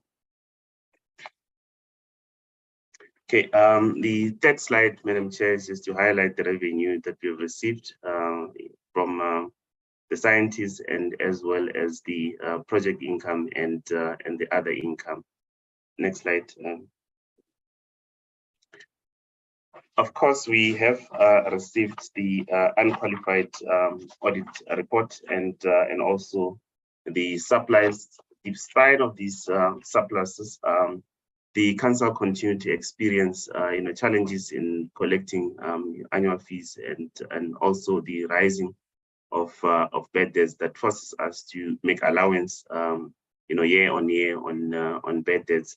Although council has actually made a decision in the past not to write off or cancel long outstanding debts, this was due to the to the impact of the COVID-19. This was done to afford scientists experiencing financial restriction and job losses due to the pandemic, and to extend the time frame to settle their debts. And also the engagement with the DSI on potential fee reduction or zero fees for the candidate scientists, as well as youth and unemployed. So those are the challenges and also the intervention that SACNASP has actually implemented, to. Thank you so much, CEO. Thank you so much for the financial report. And then now moving on, Chairperson, through the funding that we received from DSI, as you can see, we had 37% of the registered natural scientists who updated their CPD status. We had 17 mentees who participated in the CMP programs for the period under review. We had 14 strategic VA events, which were sponsored by SACNASP through the DSI funding. And we also created a documentary entitled The Fourth Industrial Revolution for South Africa. And we also had 2 successful webinars as part of the National Science Week for the 2021. And we also hosted 4 public awareness and engagement initiatives. And we also had a consultative workshop which was held with our voluntary associations to contribute to the implementation of the district development model. And lastly, we hosted a panel discussion entitled Science and Technology Opportunities to Address Service Delivery Challenges. And this was presented or hosted during the Science Forum South Africa 2021. So now in total, when we look at our highlights of key activities, looking at the 4 different mandates to register, we have seen as presented increased number of registrations of scientists from designated groups. And then looking at the enabling functions, we have enabled or have a system very robust of lifelong learning. And with the regulatory components, we have a whistleblowing hotline, and we also have the professional conduct committee that continues to address malpractice, and we have strict governance procedures that we follow. And also on advice, as we've seen from the reports, which really will help to guide and also advise government on various strategic interventions, but most importantly, as we indicated, the webinars on topical issues that ranges from climate change, COVID-19, and so forth. So, Chair, please allow me to request some of our professionals, natural scientists, to give some testimonies. In this case, we have one which we engaged during our review, the institutional review. That is a candidate from ARC, Valmarie van Breda.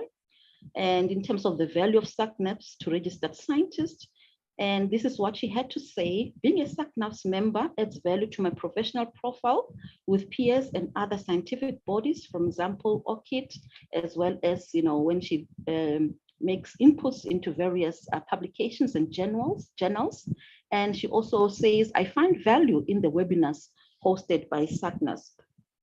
And then quickly, we also have another testimonial from a professional scientist, Professor Engelbrecht from the Nelson Mandela University, where he says, I'm proud to be registered with SACNASP and also to be approached to assist in the review of the applications to be registered with SACNASP. By law, one has to be registered with SACNASP if you do any consultations, more so if you charge for such consultation.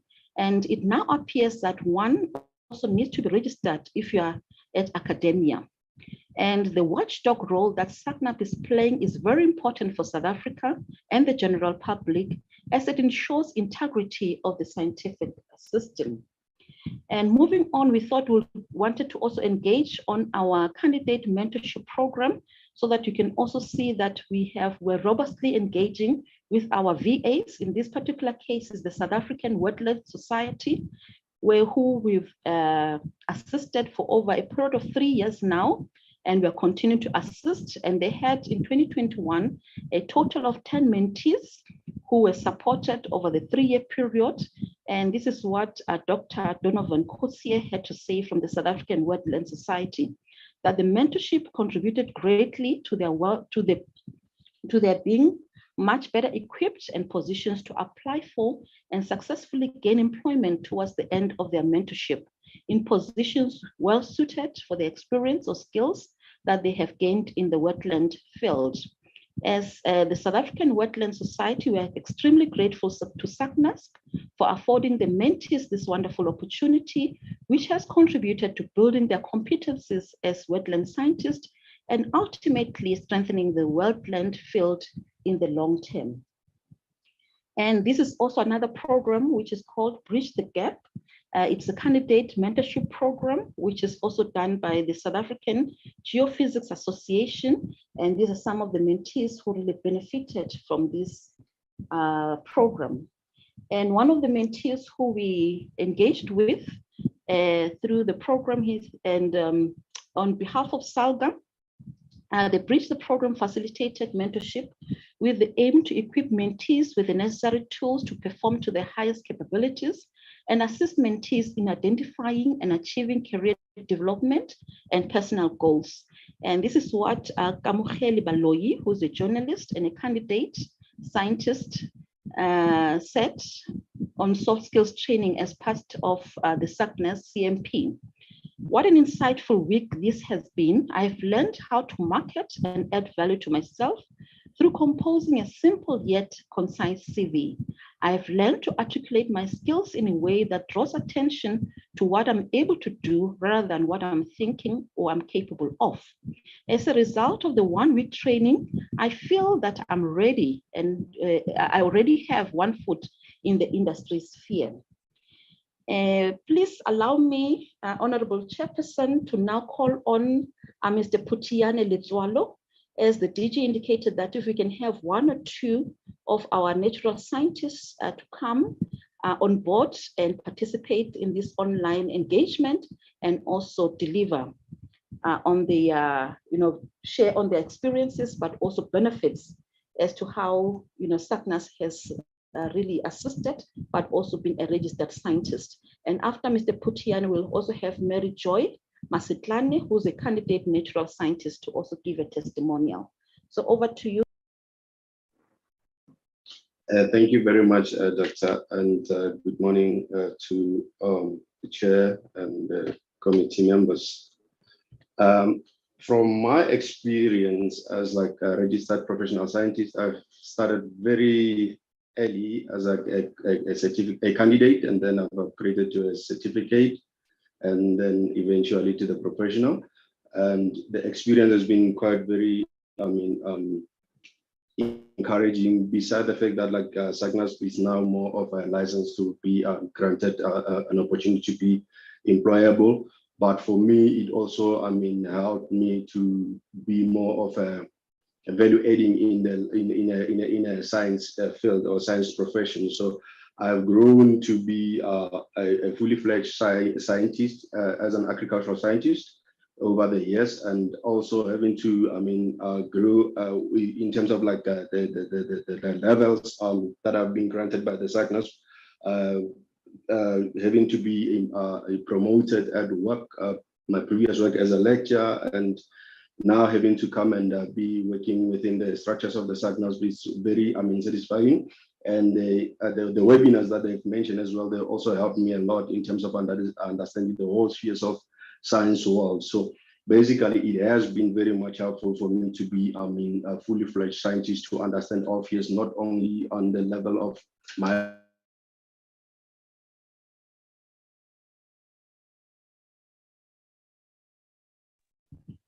Thank you, Mr. Puti. Now I'll call on Mary Joy Masetlane, who is in the category of candidate natural scientist. Over to you, ma'am. Thank you, CEO. Good morning, Chair and committee members. As introduced, my name is Mary Joy, and I will speak briefly about some of the benefits of being registered with SACNAS. As we all know that there's a very high unemployment rate in South Africa, and being registered with SACNAS is now one of the requirements for some jobs. So one of the benefits is that it improves career opportunities and also salary prospects. So with the mentorship program that I'm part of, this has really exposed me to great opportunities to connect with influential people and experts in our field. There are a lot of learning opportunities. The learning curve has not stopped since I joined the program through courses that are offered, and these courses have enhanced my skills, both technical and my soft skills. And also having to be paired with a mentor, this has been very great. I've been paired with a very outstanding mentor who has exposed me to networking events where we engage with others in our fields. And also we have made our mentor-mentee relationship very fun by having a reading club where we give feedback on the book that we're reading at the time. It also provides continuous growth and also stimulates the mind. And also it has offered a safe space to speak to someone who has extensive experience in my field, and also who provides guidance and advice on career. So basically offering advice on best practices and ways to tackle any challenges that I come across. So yes, it's been a very great experience, and it continuing actually to be a great experience with all the courses that are continuously being offered. Thank you. Thank you very much, Mary Joy. And Chair and members, as you can see, these are some of the testimonials that we have been able to garner. And moving on from the presentation, we just wanted to conclude our presentation by sharing and also outlining how really as SACNASP we contribute to DSI and national priorities. Initially, when we talk about the 5 priority areas, being a capable, ethical, and development state, in our case, how SACNASP features in and aligns is that we have a code of conduct that is robust and enforceable, and the development of our briefs or our reports are key to government in terms of policy and decision making as they tackle some of the socio-economic challenges that the country is faced with. And also our science engagement and communication activities, they also align to this particular priority, and most importantly, by registering and regulating the natural scientist. And then we look at economic transformation and job creation, the targeted registration and lifelong learning opportunities provided to especially designated groups, as we may have now had from the CMP, which is our candidate mentorship program, as well as the continuous professional development program. With regards to education, skills, and health, I think our alignment here is the strategic partnerships with the CHE, SAQA, higher education institutions, and other relevant stakeholders, especially when it comes to skilling, upskilling, and our reskilling programs. On social cohesion, but most importantly, having safer communities. This is where we see the role in terms of robust regulatory function, protecting our communities and the environment, and also protecting and enhancing our environmental assets and our natural resources. Hence, with the COP27, negotiations and the deliberations there, it also assists in terms of making those contributions. And for a better Africa and a better world, here we're really promoting a science-driven economy for a prosperous African continent. With that, Chair, I'd like to thank you very much, and also to leave us with this statement from the State of the Nation address by the President, Mr. Cyril Ramaphosa, on the 16th of February 2018, where he says, we urge professional bodies and regulatory authorities to take action against members who are found to have acted improperly and unethically. So with that, Chair, really to enhance our regulatory function, but to also show our value proposition, when it comes to the work that SACNASP is doing in the NSI. Thank you very much. And I'll hand over to the chairperson of the council. Thank you, CEO. Thank you, Chairperson. We appreciate the opportunity to present and engage with the members of the Portfolio Committee, but also we would like to appreciate the continued support and funding from the DSI and the Office of the Minister. And thank you. That is our presentation, Chairperson. Thanks. Thank you very much, colleagues. I'd like to ask if Shanaz or members, if you can kindly indicate to me when my network is no longer clear, because we are load shed at Acacia Park. Thank you very much to colleagues from all three entities that have presented to us, NACI, ASSAf, and SACNASP. It's always very exciting to, of course, engage with colleagues from the sciences. I would like to note hands from members who would like to engage on the various presentations that have been brought to us this morning. Whilst I wait for those hands to go up, I think the chair of NACI, Dr. Mwepudi, was trying to, I think he alluded to the matter around the position of the CEO, and I think I missed it a bit, but I want to start there and say, colleagues, we are concerned. I think the CEO has been acting for about 4 years, if I'm not mistaken. And so that remains of concern to us, but I also think I missed the input, or rather, let me not say 4 years, but we have recorded on our side as Parliament that the CEO has been acting since the 4th Parliament, so we're now in the 6th Parliament, and that to us is of concern. But I think you had alluded to it, Chair, so I'll wait for you to clarify me on that matter. And then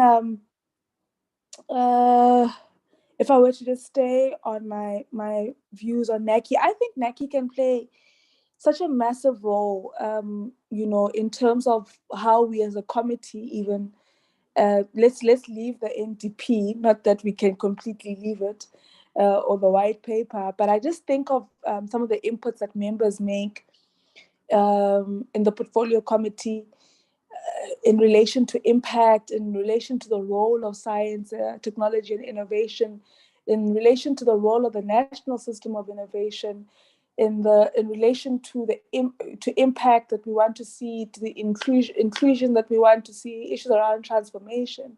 I think NACI has a really fundamental role to play in achieving some of the matters that concern the committee, of course, stemming from the National Development Plan, the white paper, etc.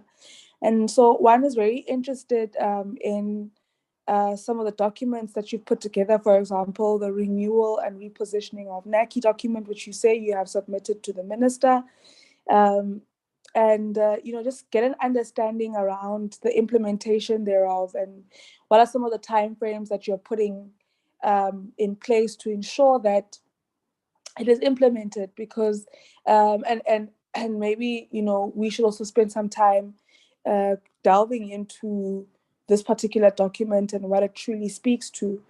But also you've done some work in terms of women participation in STEM, and that is definitely really exciting for the committee, or of interest to the committee. Issues generally on transformation are exciting. I mean, we always say that, Mamzwane, we always say that with science and innovation, you afford us an opportunity to move away from lamenting on governance and management issues, and allow us as a committee a bit more greater scope to engage on the actual mandate of the department and its entity. So hence we want to fix this one and close this one of the acting CEO, because it's un-DSI, you know.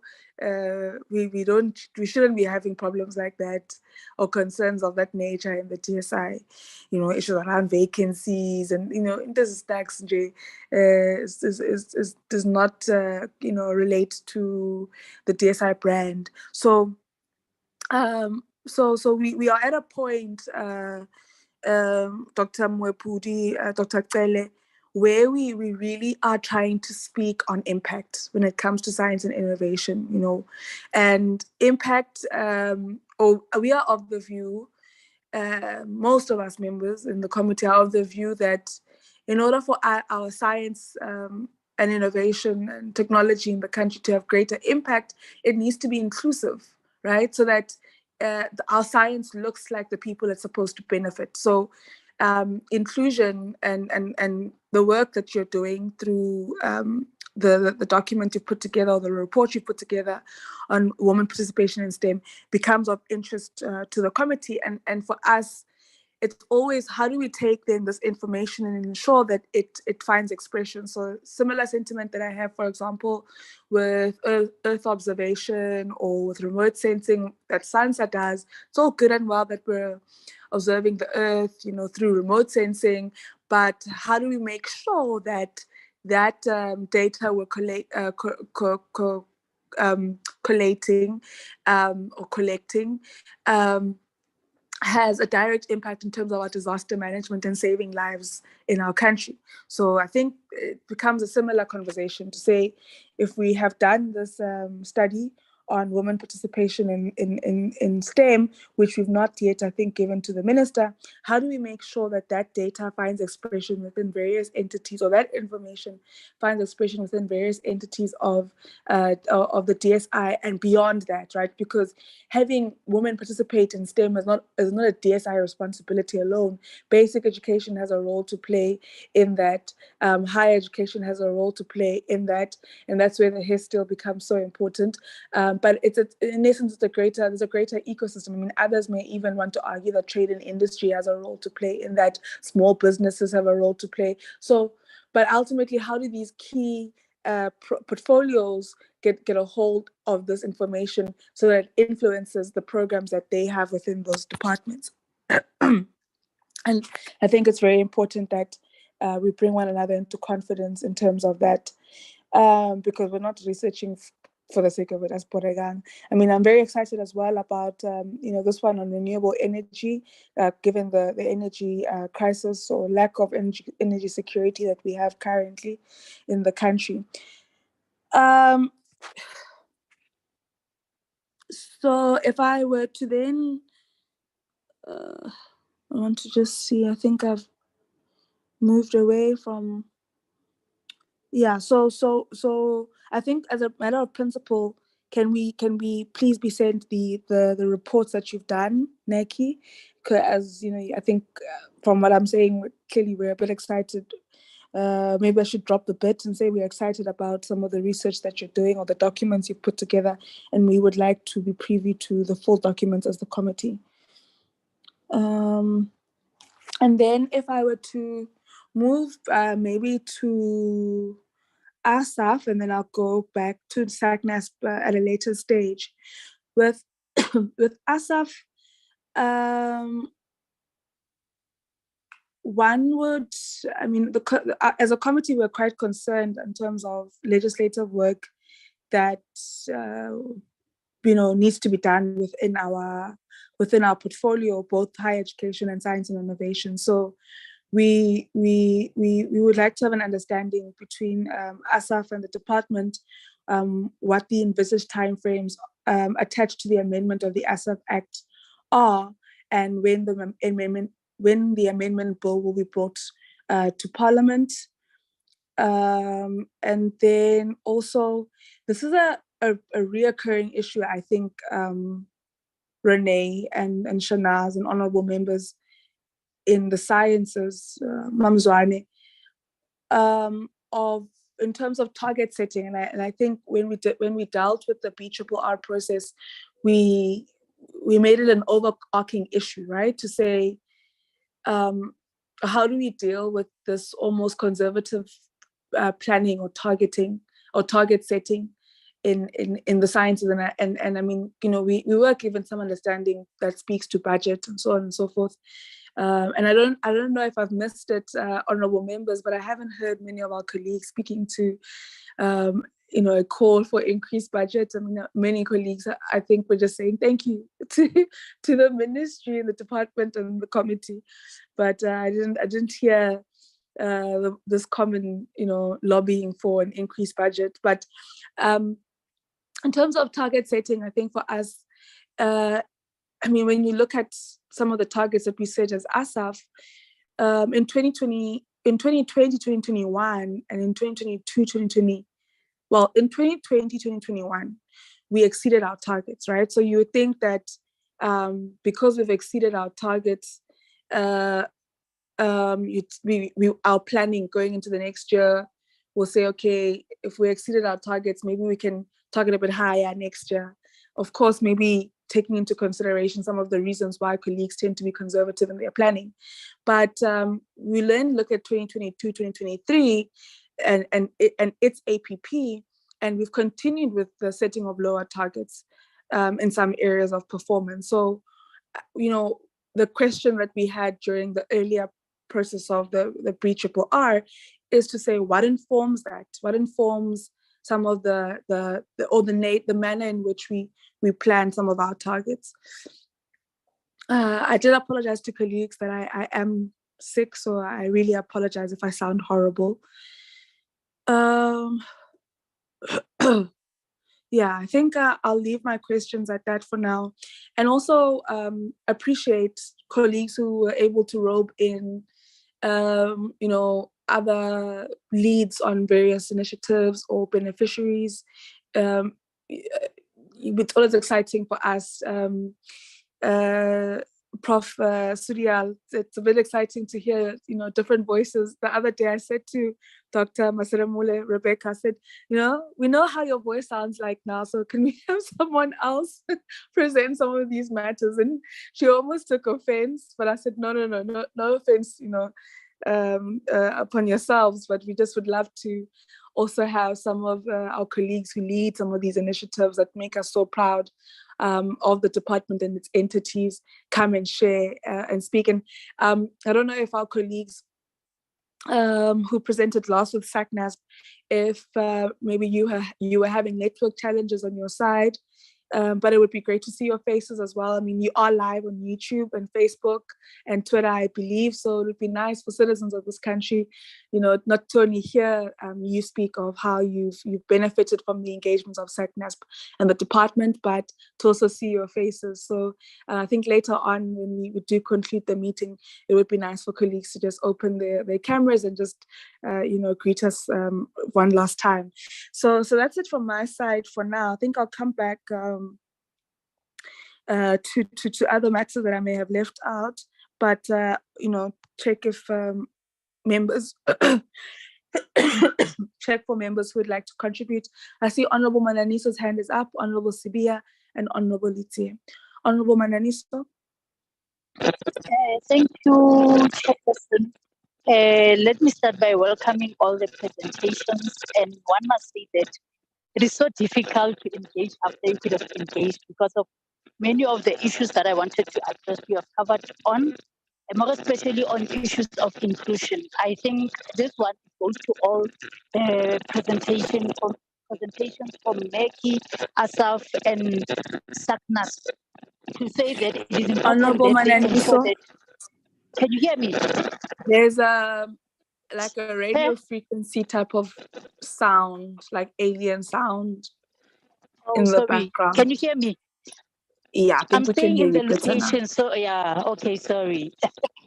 Yeah, as I indicated that in terms of other issues, you have actually covered me on the issue of inclusion. I think if you go to all these particular presentations, you are able to see that whether we like it or not, the science space it's still disadvantageous for people who are disabled and some who are youthful as well. So it is important that moving forward, they need to ensure that they prioritize those marginalized and vulnerable groups. So, and I'm happy that Chair, you have covered the issue of us as having an interest of the impact there of anything that is happening in this particular. And one would want to emphasize on that. However, Chair, I have one question for NACI. On page 32, on their presentations where they are indicating on attendance of meetings, there's one member there who there's an indication that she has never attended a meeting. So I just want to check what are the reasons and was there anything done to deal with such behavior? And I think one would want to as well welcome their presentation where they spoke about an integrated system for science innovation. It is important because of there you would be able to ensure that there's a limitation of duplication and as well budget it's been actually spent properly. And I'm happy, Chair, that indeed when we speak about science, innovation, and technology, at times you see everything that we want to emphasize on good governance happening as one of the norms that they are doing.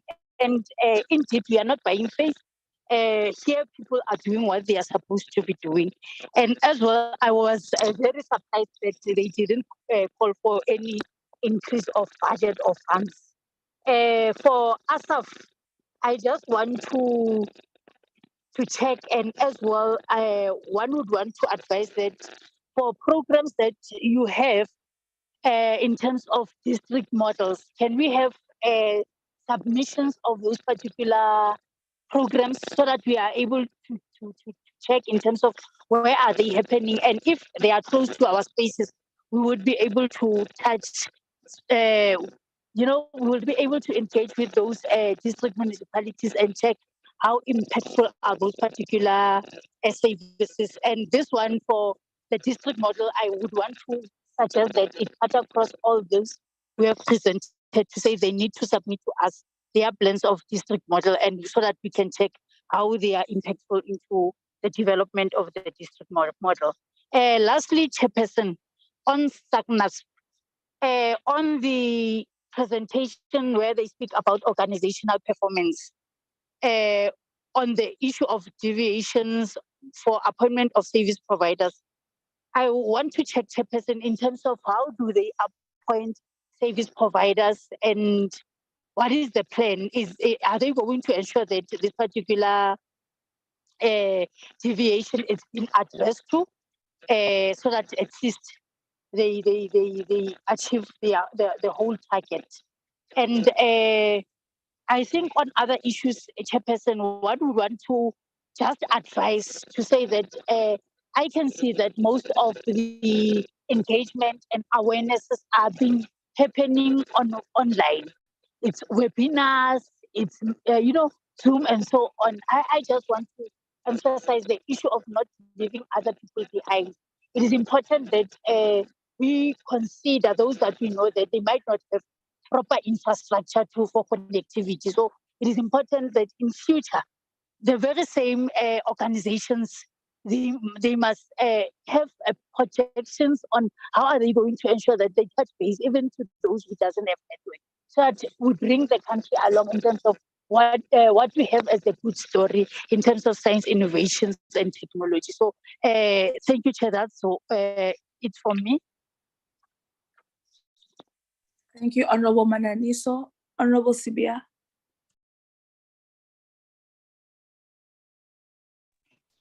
And thanks, Chairperson. Greetings to everyone. Chairperson, we appreciate the presentations. Without repeating what has been said by previous speakers, SACNASP, I would like to know what criteria was used to identify mentees. And has also talked about 4 public awareness and engagement initiatives. Was done from which provinces or districts? It has been said 14 strategic VA events were sponsored. Where were those strategic VA events? Thanks, Chairperson. Thank you, Honorable Sibia. Honorable Litie.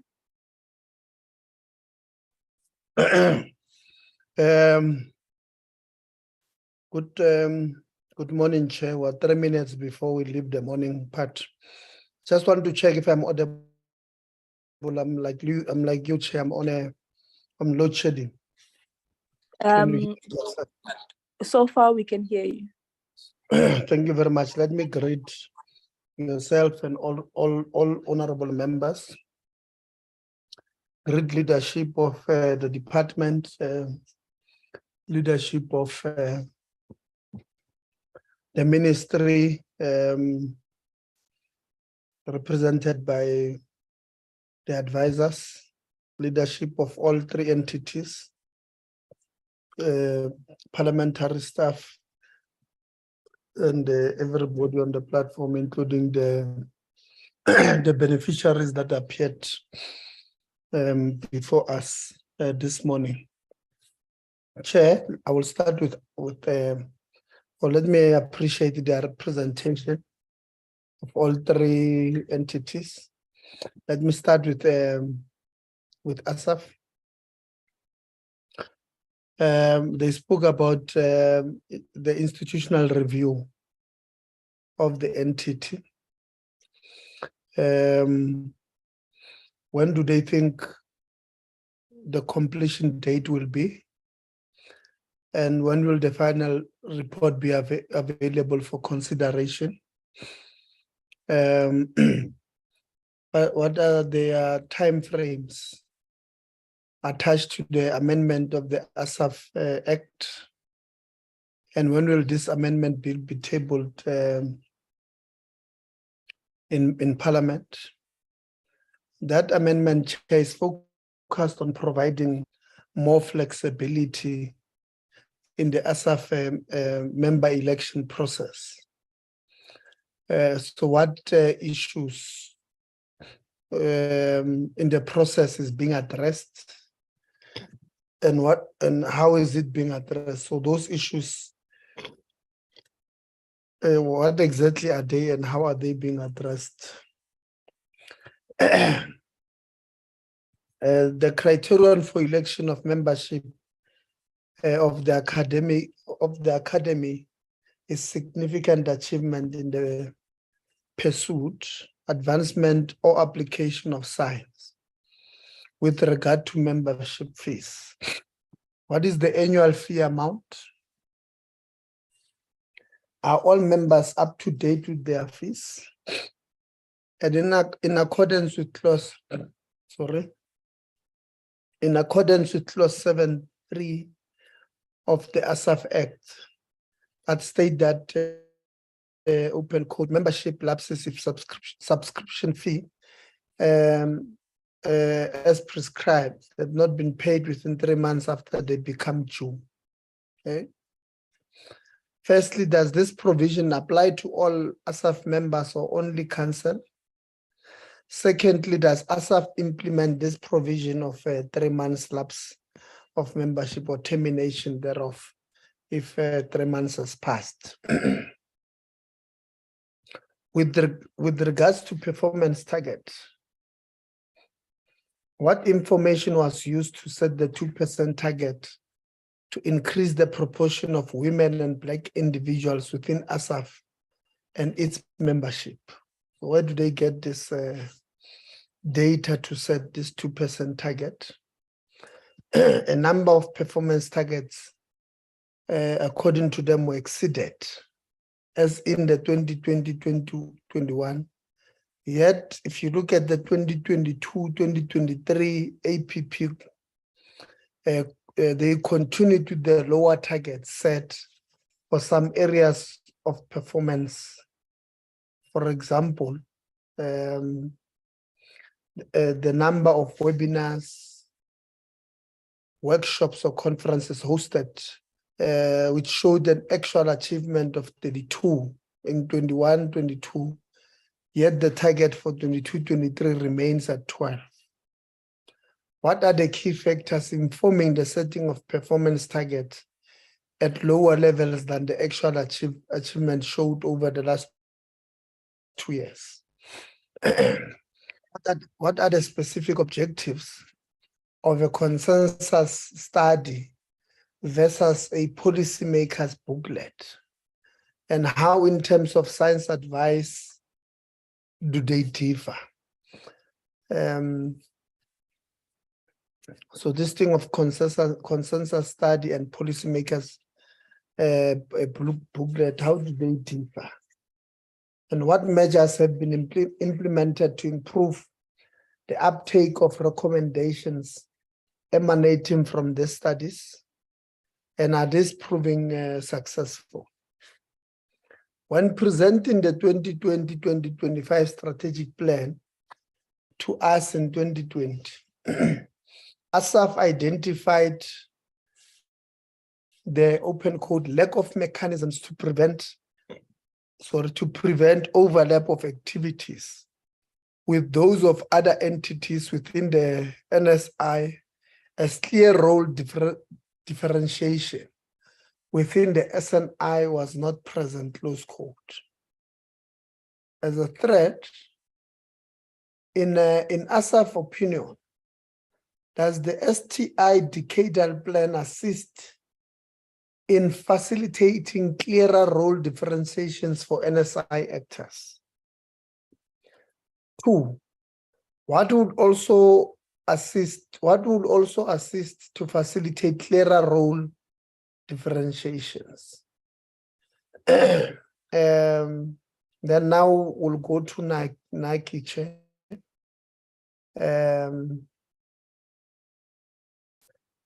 Again, we'll see that NACI also on performance had low numbers on performance. We'll get to it just now. The questions to NACI within their current structure. How has NACI fared in terms of the uptake of its advice to the minister and cabinet? In areas where advice cuts across a number of sectors and stakeholders, how do they ensure that their advice incorporates these stakeholders during the formation phase? Within their current structure, has NACI been able to fulfill all its legislative functions? Within their current structure and placement, what has been the key obstacles hampering NACI's mandate? With regard to the strengthening and repositioning of NACI in line with STI's white paper, how is this strengthening and repositioning being contextualized? How is this being implemented? What are the timeframes attached to these actions? What timeframes are envisaged for the amendment of the NACI Act? Why has NACI not had a permanent CEO for a number of years? Like Chair, you said it's 4 years. And previous committees were informed that candidates were interviewed and that cabinet approval was being sought. However, no one was being appointed. Can they, honestly, Chair, as you asked, take us through what is really their issues there, as far as those issues are concerned? And SACNASP, how do you SACNASP? Very difficult to pronounce this one in one word. But they have faced challenges due to critical positions not being filled, as well as resignation of its CEO in February this year. And they give us a progress on the filling of this critical post and that one of a CO. The department has requested them to conduct an institutional review as well to provide a retrospective view on the performance of SACNASP in terms of its legislative mandate and provide critical views on possible gaps not addressed by them in terms of NSP Act. What progress can they report in this regard? Are there any preliminary findings that can be reported in this regard? What value is the provision for bad debt allowance that has increased year on year? And how many of the 13,902 registered scientists have bad debts?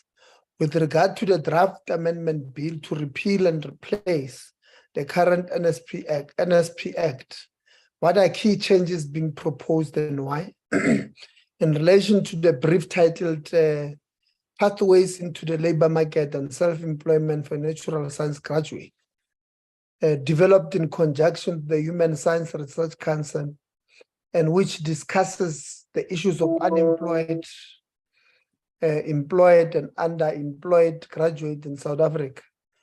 To whom and how have the findings of this report been communicated? What are the key findings of this report?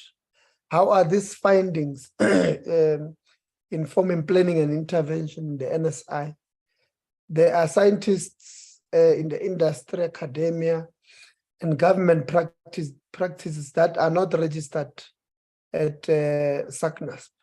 What interventions have been implemented to ensure that natural scientists employed at government level and the state-owned enterprises are registered? What progress has been made to date to ensure that demand-side legislation and policies are assessed and addressed to ensure professional registration is included in such? And has SACNASP reached recognition within STI sector in comparison to professional organizations that register engineers and accountants?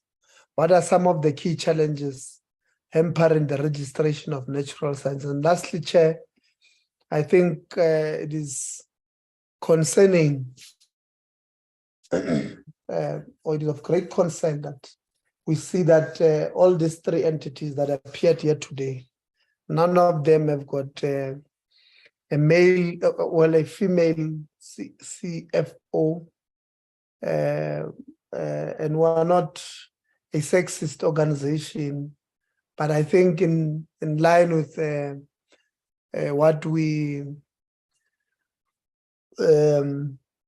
stand for as a country, given that women were excluded in such positions systematically, we would also like to see, young women being given an opportunity to lead at the highest level. We don't have anything against the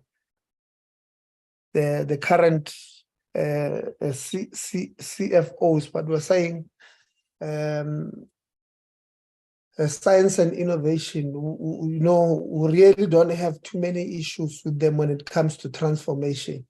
But today, even though at least the presenters and all of that were females, it would have been nicer if we also had females handling the finances of our institutions at that level. And we don't have anything against the males there. It's not that. Thank you very much, Chair, and appreciate the time given to engage with the entities. Thank you, Honorable Litsie. On that note, as we speak on the representation of women, just want to acknowledge Dr. Boko as the new CEO of SACNASP. We wish you all the best there. We know you just ended your journey in another entity within the sciences, so we wish you well. In higher education, Honorable Litsie, we often complain about the recycling of people,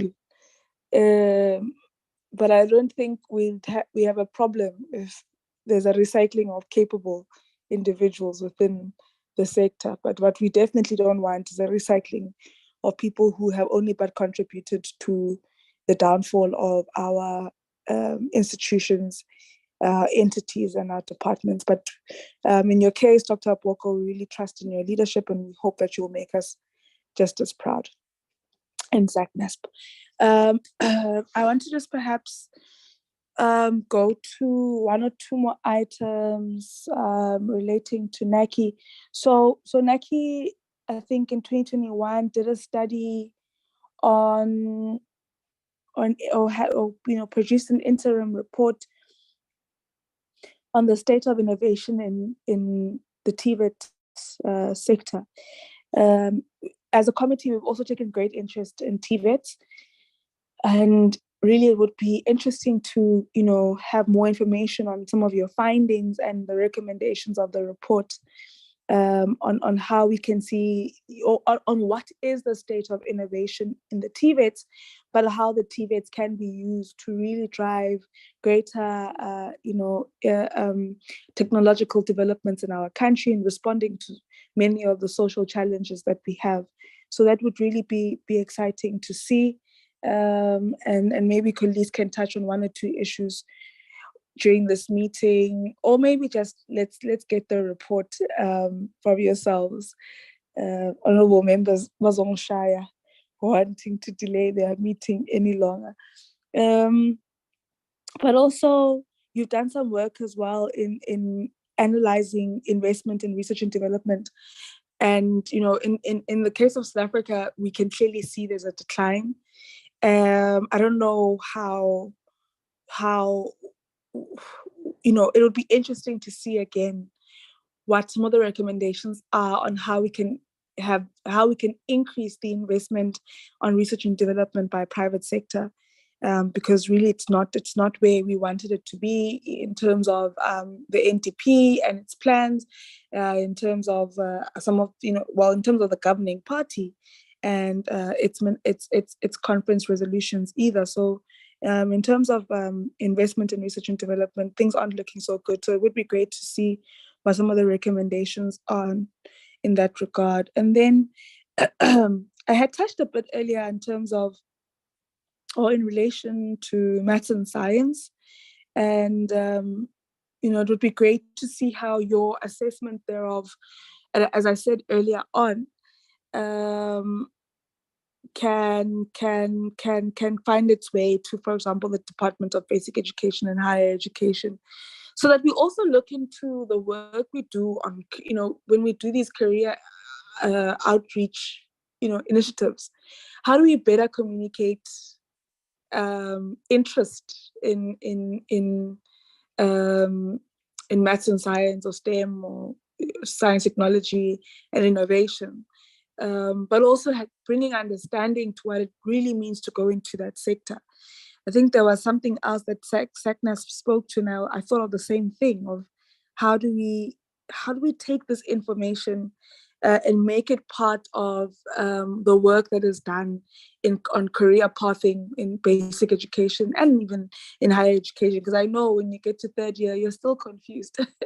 You may even graduate and be still confused to the extent of which you're not even sure of what you should be doing as you get into your postgraduate qualifications, And we sometimes have cases of young people who just stay in the system because I can't go work because I'm not really sure what I can do with what I've studied, So it's really important for all our entities to also streamline the science engagements that we have to really assist young people in terms of career pathing. There's a huge gap from basic education into higher education in terms of career pathing, and so it's also a waste in terms of state resources, because if we're funding all these young people who don't have an exact understanding of what they're studying and what they can do with what they're studying, we're essentially allowing them to wander, between various disciplines, trying to figure themselves out. And not to say we mustn't allow for that journey as well, right? The journey of self-discovery and purpose. But we need to help that journey. So we need to be there, we need to be present, we need to be on the ground, and finding, you know, ways of really trying to guide young people. So in essence, I think from NACI, we want all the all the work that you've been doing, all the reports that you put together. But those are the inputs from members, colleagues, and we look forward to your responses. I think let me start perhaps with NACI, then come down to ASSAf, and then SACNASP, and then we'll end it off with Umam Kukuzwane from the DSI, and that should be the end of our meeting. It's now 12:17. I think we had aimed to conclude at, was it 1 o'clock? Let me just check the agenda. Yeah, we had aimed to conclude at 12:30. It's 12:17. So if we can just let's try and aim for maybe 12:45 or so for us to have concluded our meeting.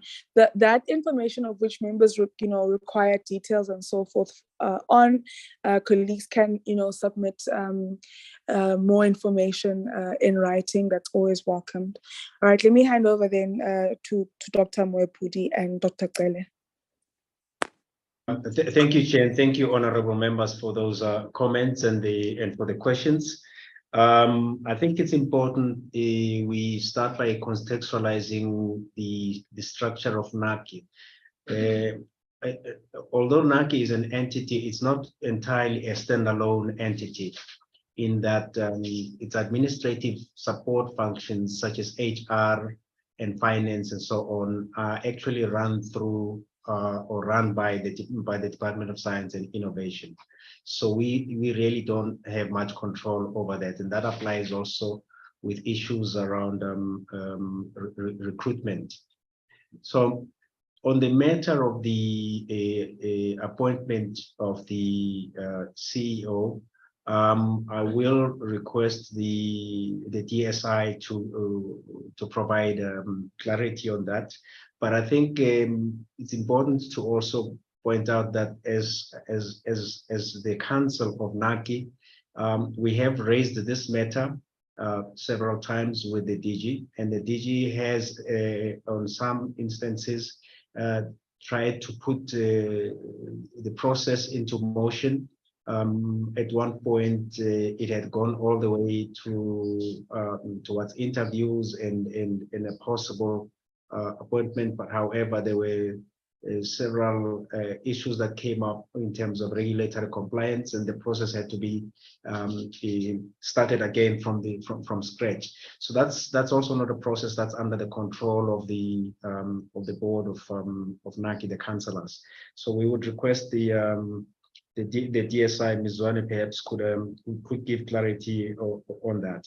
On the request about the reports of the work of NACI that have been submitted to the minister, I think in principle, Chair, and to the committee, we have no objection to that. We will see to it that we submit such to the minister for the minister to present them to the committee, because that's, in terms of governance, that's the manner in which we are structured to function. I just want to point out that in terms of the impact, that's an issue that also is of particular concern to us as NACI, that we look for on the advice that we generate, and on some of the key interventions or solutions or recommendations that we sort of make. And we hope that in the variety of ways that we bring these issues, they do have the kind of impact that they're intended to do. One example is the work that also the DG has quoted, which was around the development of the framework for the decadal plan for the implementation of the white paper on science and technology. From the perspective of NACI, we were glad to indicate to the portfolio committee that in large measure the recommendations of that of NACI in respect of the framework of the decadal plan were all taken on board by the DSI. the way we work as NACI is that in the advice that we generate, we simply don't sit behind the desk and write it. As the CEO indicated in his presentation, we actually identify experts in a particular field, and we actually get to engage with them. But as we engage with those particular experts, once they have drafted something or put together something, we then work with those particular experts to consult the stakeholders that have a particular interest in that specific subject matter. And I think that the example that was cited by the CEO is the one on energy, where the stakeholders that have a particular interest on energy, that have are fairly active in the area, were involved in the consultation process in providing input and insights as to what actually could work, what is the state of play, what are the new kinds of innovations that need to come through that we perhaps could bring in as recommendations as part and parcel of our reports to the minister as our advice. On the governance matter around the member or the members that have not attended our meetings, I think let me start with two. Two were CEOs of two entities that have a seat on the Council of NACI. One is the NRF and the other one is the HSRC. The two CEOs vacated their positions in those institutions, and by virtue of that, they were no longer members of NACI. There is another member who, once she had been appointed to be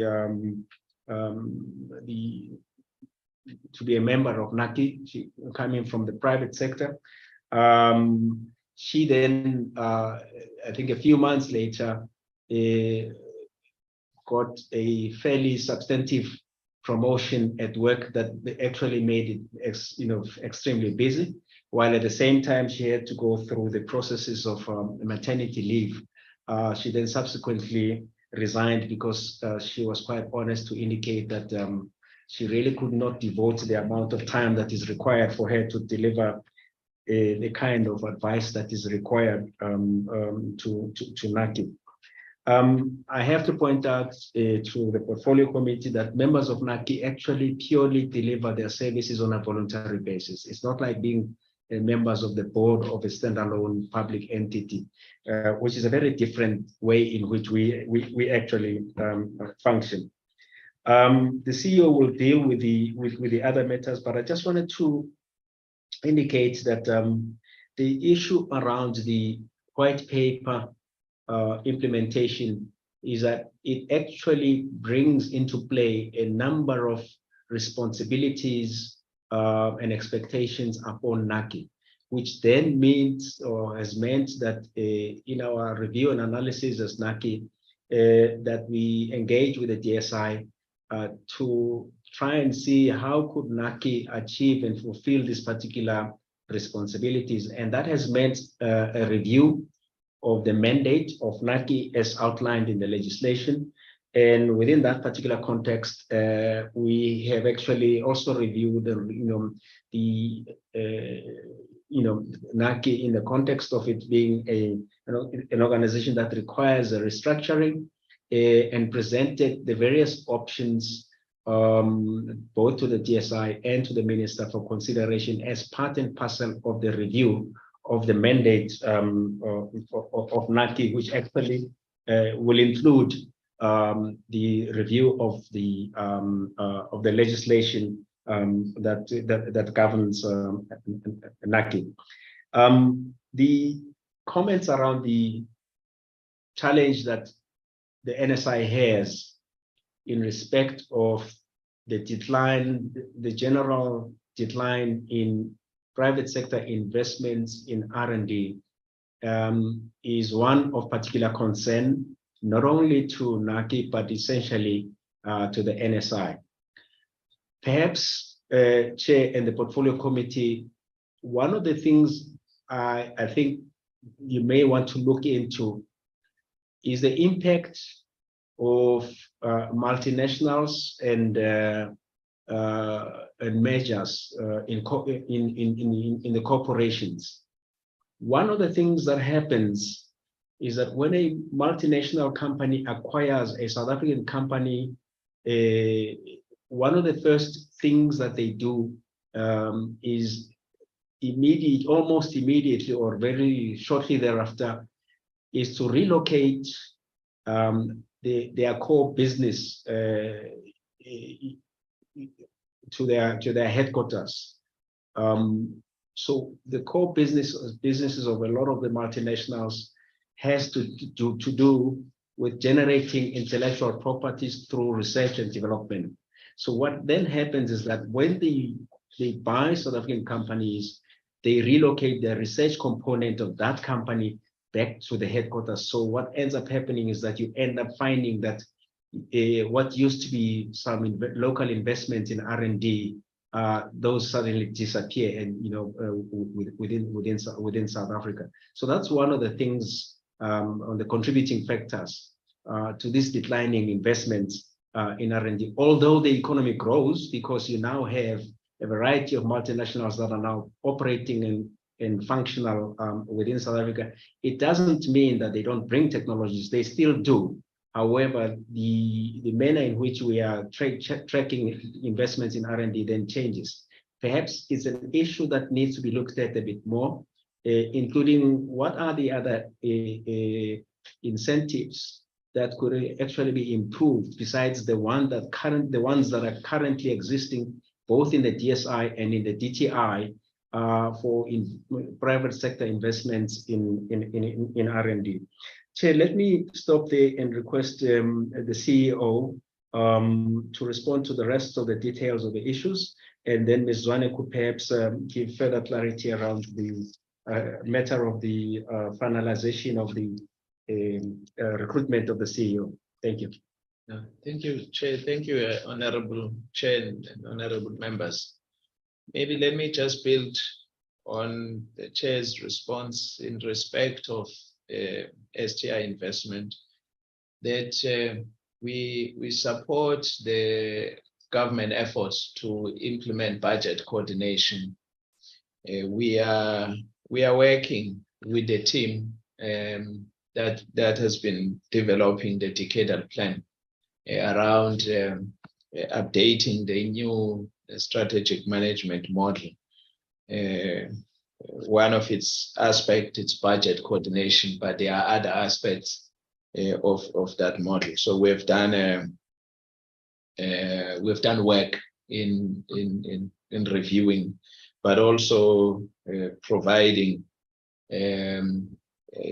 inputs in terms of how that could be. But the second one is that again, the discussion with the department around developing the investment framework, which should, in the long run, assist the country in terms of addressing the funding dilemma that we are confronted with. Our own analysis, which we have started doing to understand precisely why business seems to be withholding its resources, should lead us in future in providing concrete recommendations in this regard. Now, on the NACI challenges, generally there are three in the main, Chair, which they've been identified by independent experts, but NACI has also concurred or accepted that there are structural location, which the Chair has touched on. It's the capacity of the Secretariat, and then, of course, the utilization of advice. Those are the principal challenges that have consistently been identified as impediments towards NACI realizing its mandate. Whether we have been able to implement all legislative functions, I think we have accepted as NACI that given these structural or challenges, we have not been able to implement all the functions of NACI, but the system has been able to find other complementary measures. Just as an example, function number one around coordination and stimulation of the NSI. I mean, we've indicated that the minister set up the HESTIL, but there have been other ministerial committees or independent reviews of the system, which have the NACI would have contributed to some, that would have helped to rethink how the coordination and how do we reorganize the system to do what it's supposed to do. On the impact, we are also seized with this question. It's relevant. It's quite challenging. That's why, Chairperson, when we conceptualize the foresight exercises, NACI, we're very clear that we do not want to repeat traditional foresight exercises that would simply identify technologies and then say these are the technologies that we should be pursuing. But we're very clear, we're saying South Africa is confronted with a triple challenge of poverty, unemployment, and inequality. And therefore, whatever that will emerge out of foresight exercise must provide solutions that would help us in the short to medium and long term. That's how that foresight exercise was conceptualized, precisely to deal with this question of impact.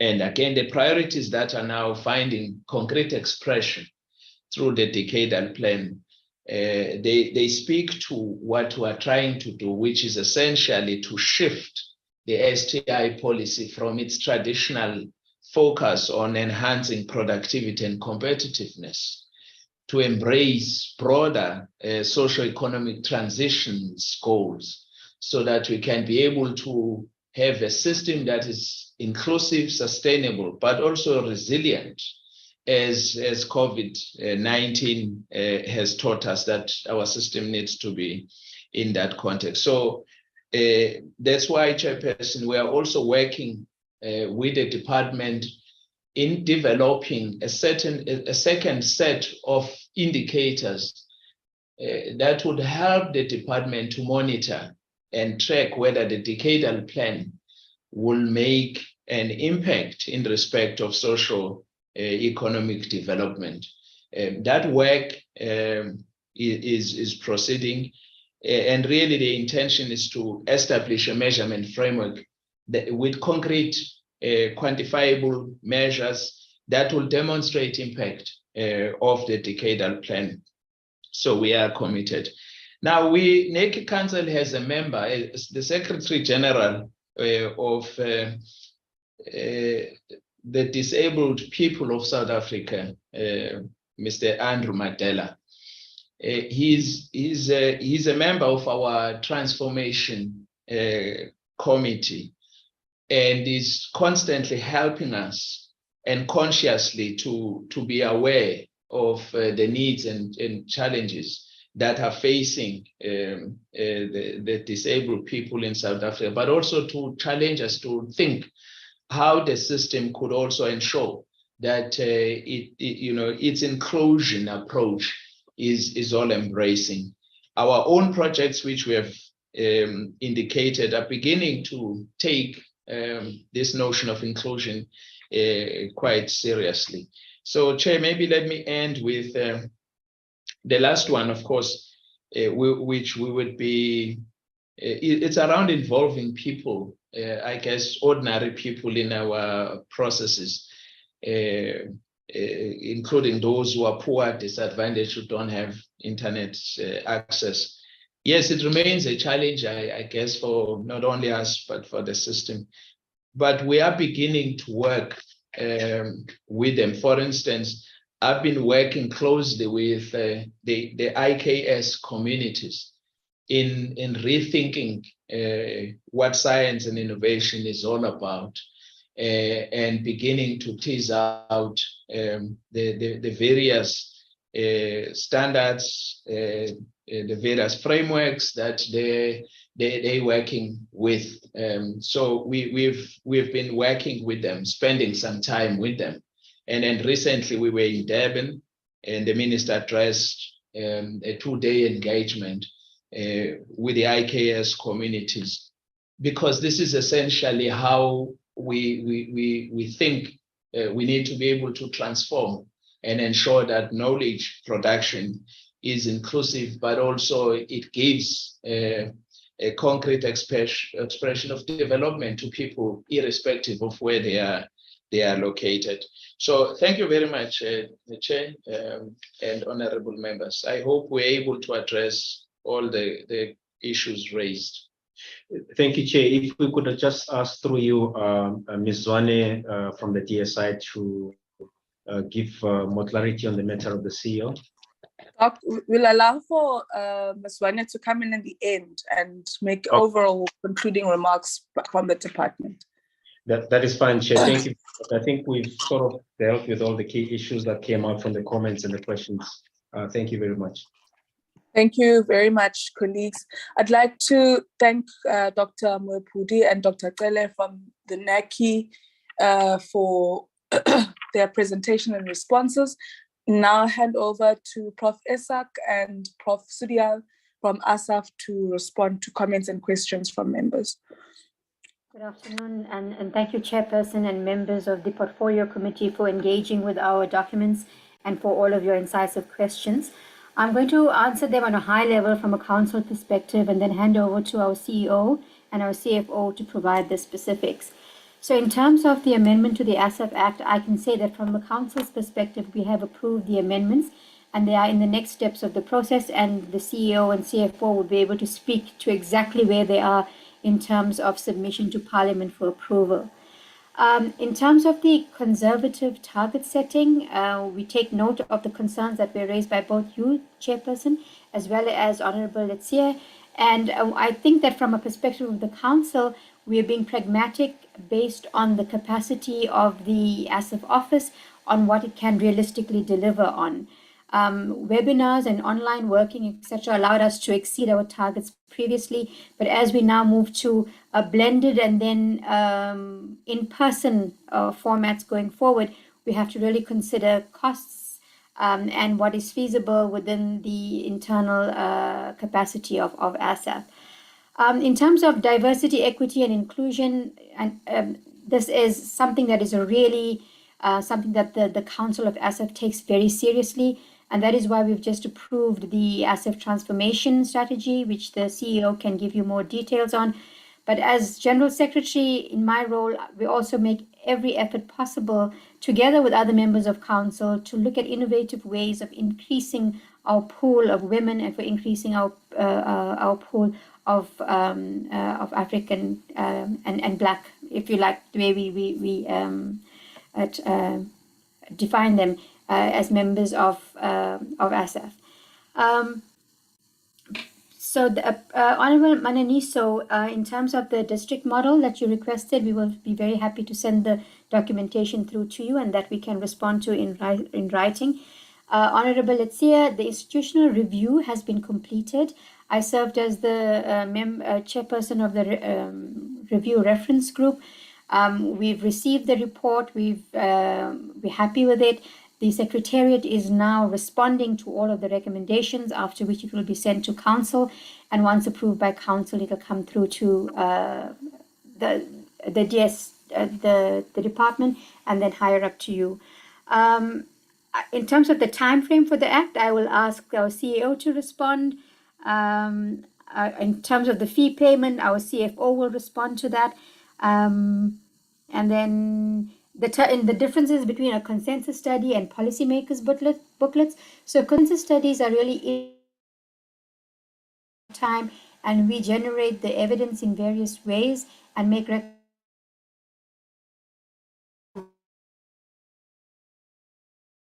what happens in terms of the policy booklet is we take all of the recommendations and translate them into policy for implementation processes. So whatever comes out of our consensus studies has a policy recommendation in most instances, but also has practice-related recommendations depending upon which discipline we're working on. And so the policy booklet would be a translation of the consensus study, but sometimes we also have policy booklets that stand alone. But this is really more of a recommendation or a policy brief that identifies what the problem is, what the potential solutions are, and what policymakers can do about them. And then in terms of the uptake of recommendations, we are monitoring the uptake of recommendations. Sometimes we are specifically requested to undertake a consensus study, and then that feeds into but we do also independently look into how our recommendations have been taken up by the various stakeholders that are responsible or who would be impacted by that.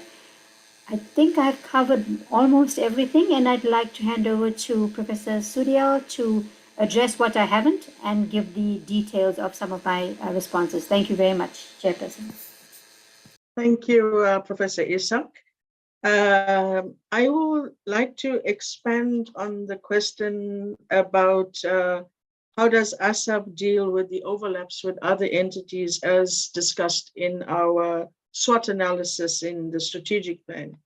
Thank you very much for that question. And when we were developing the strategic plan, it was in my first few days at the Academy,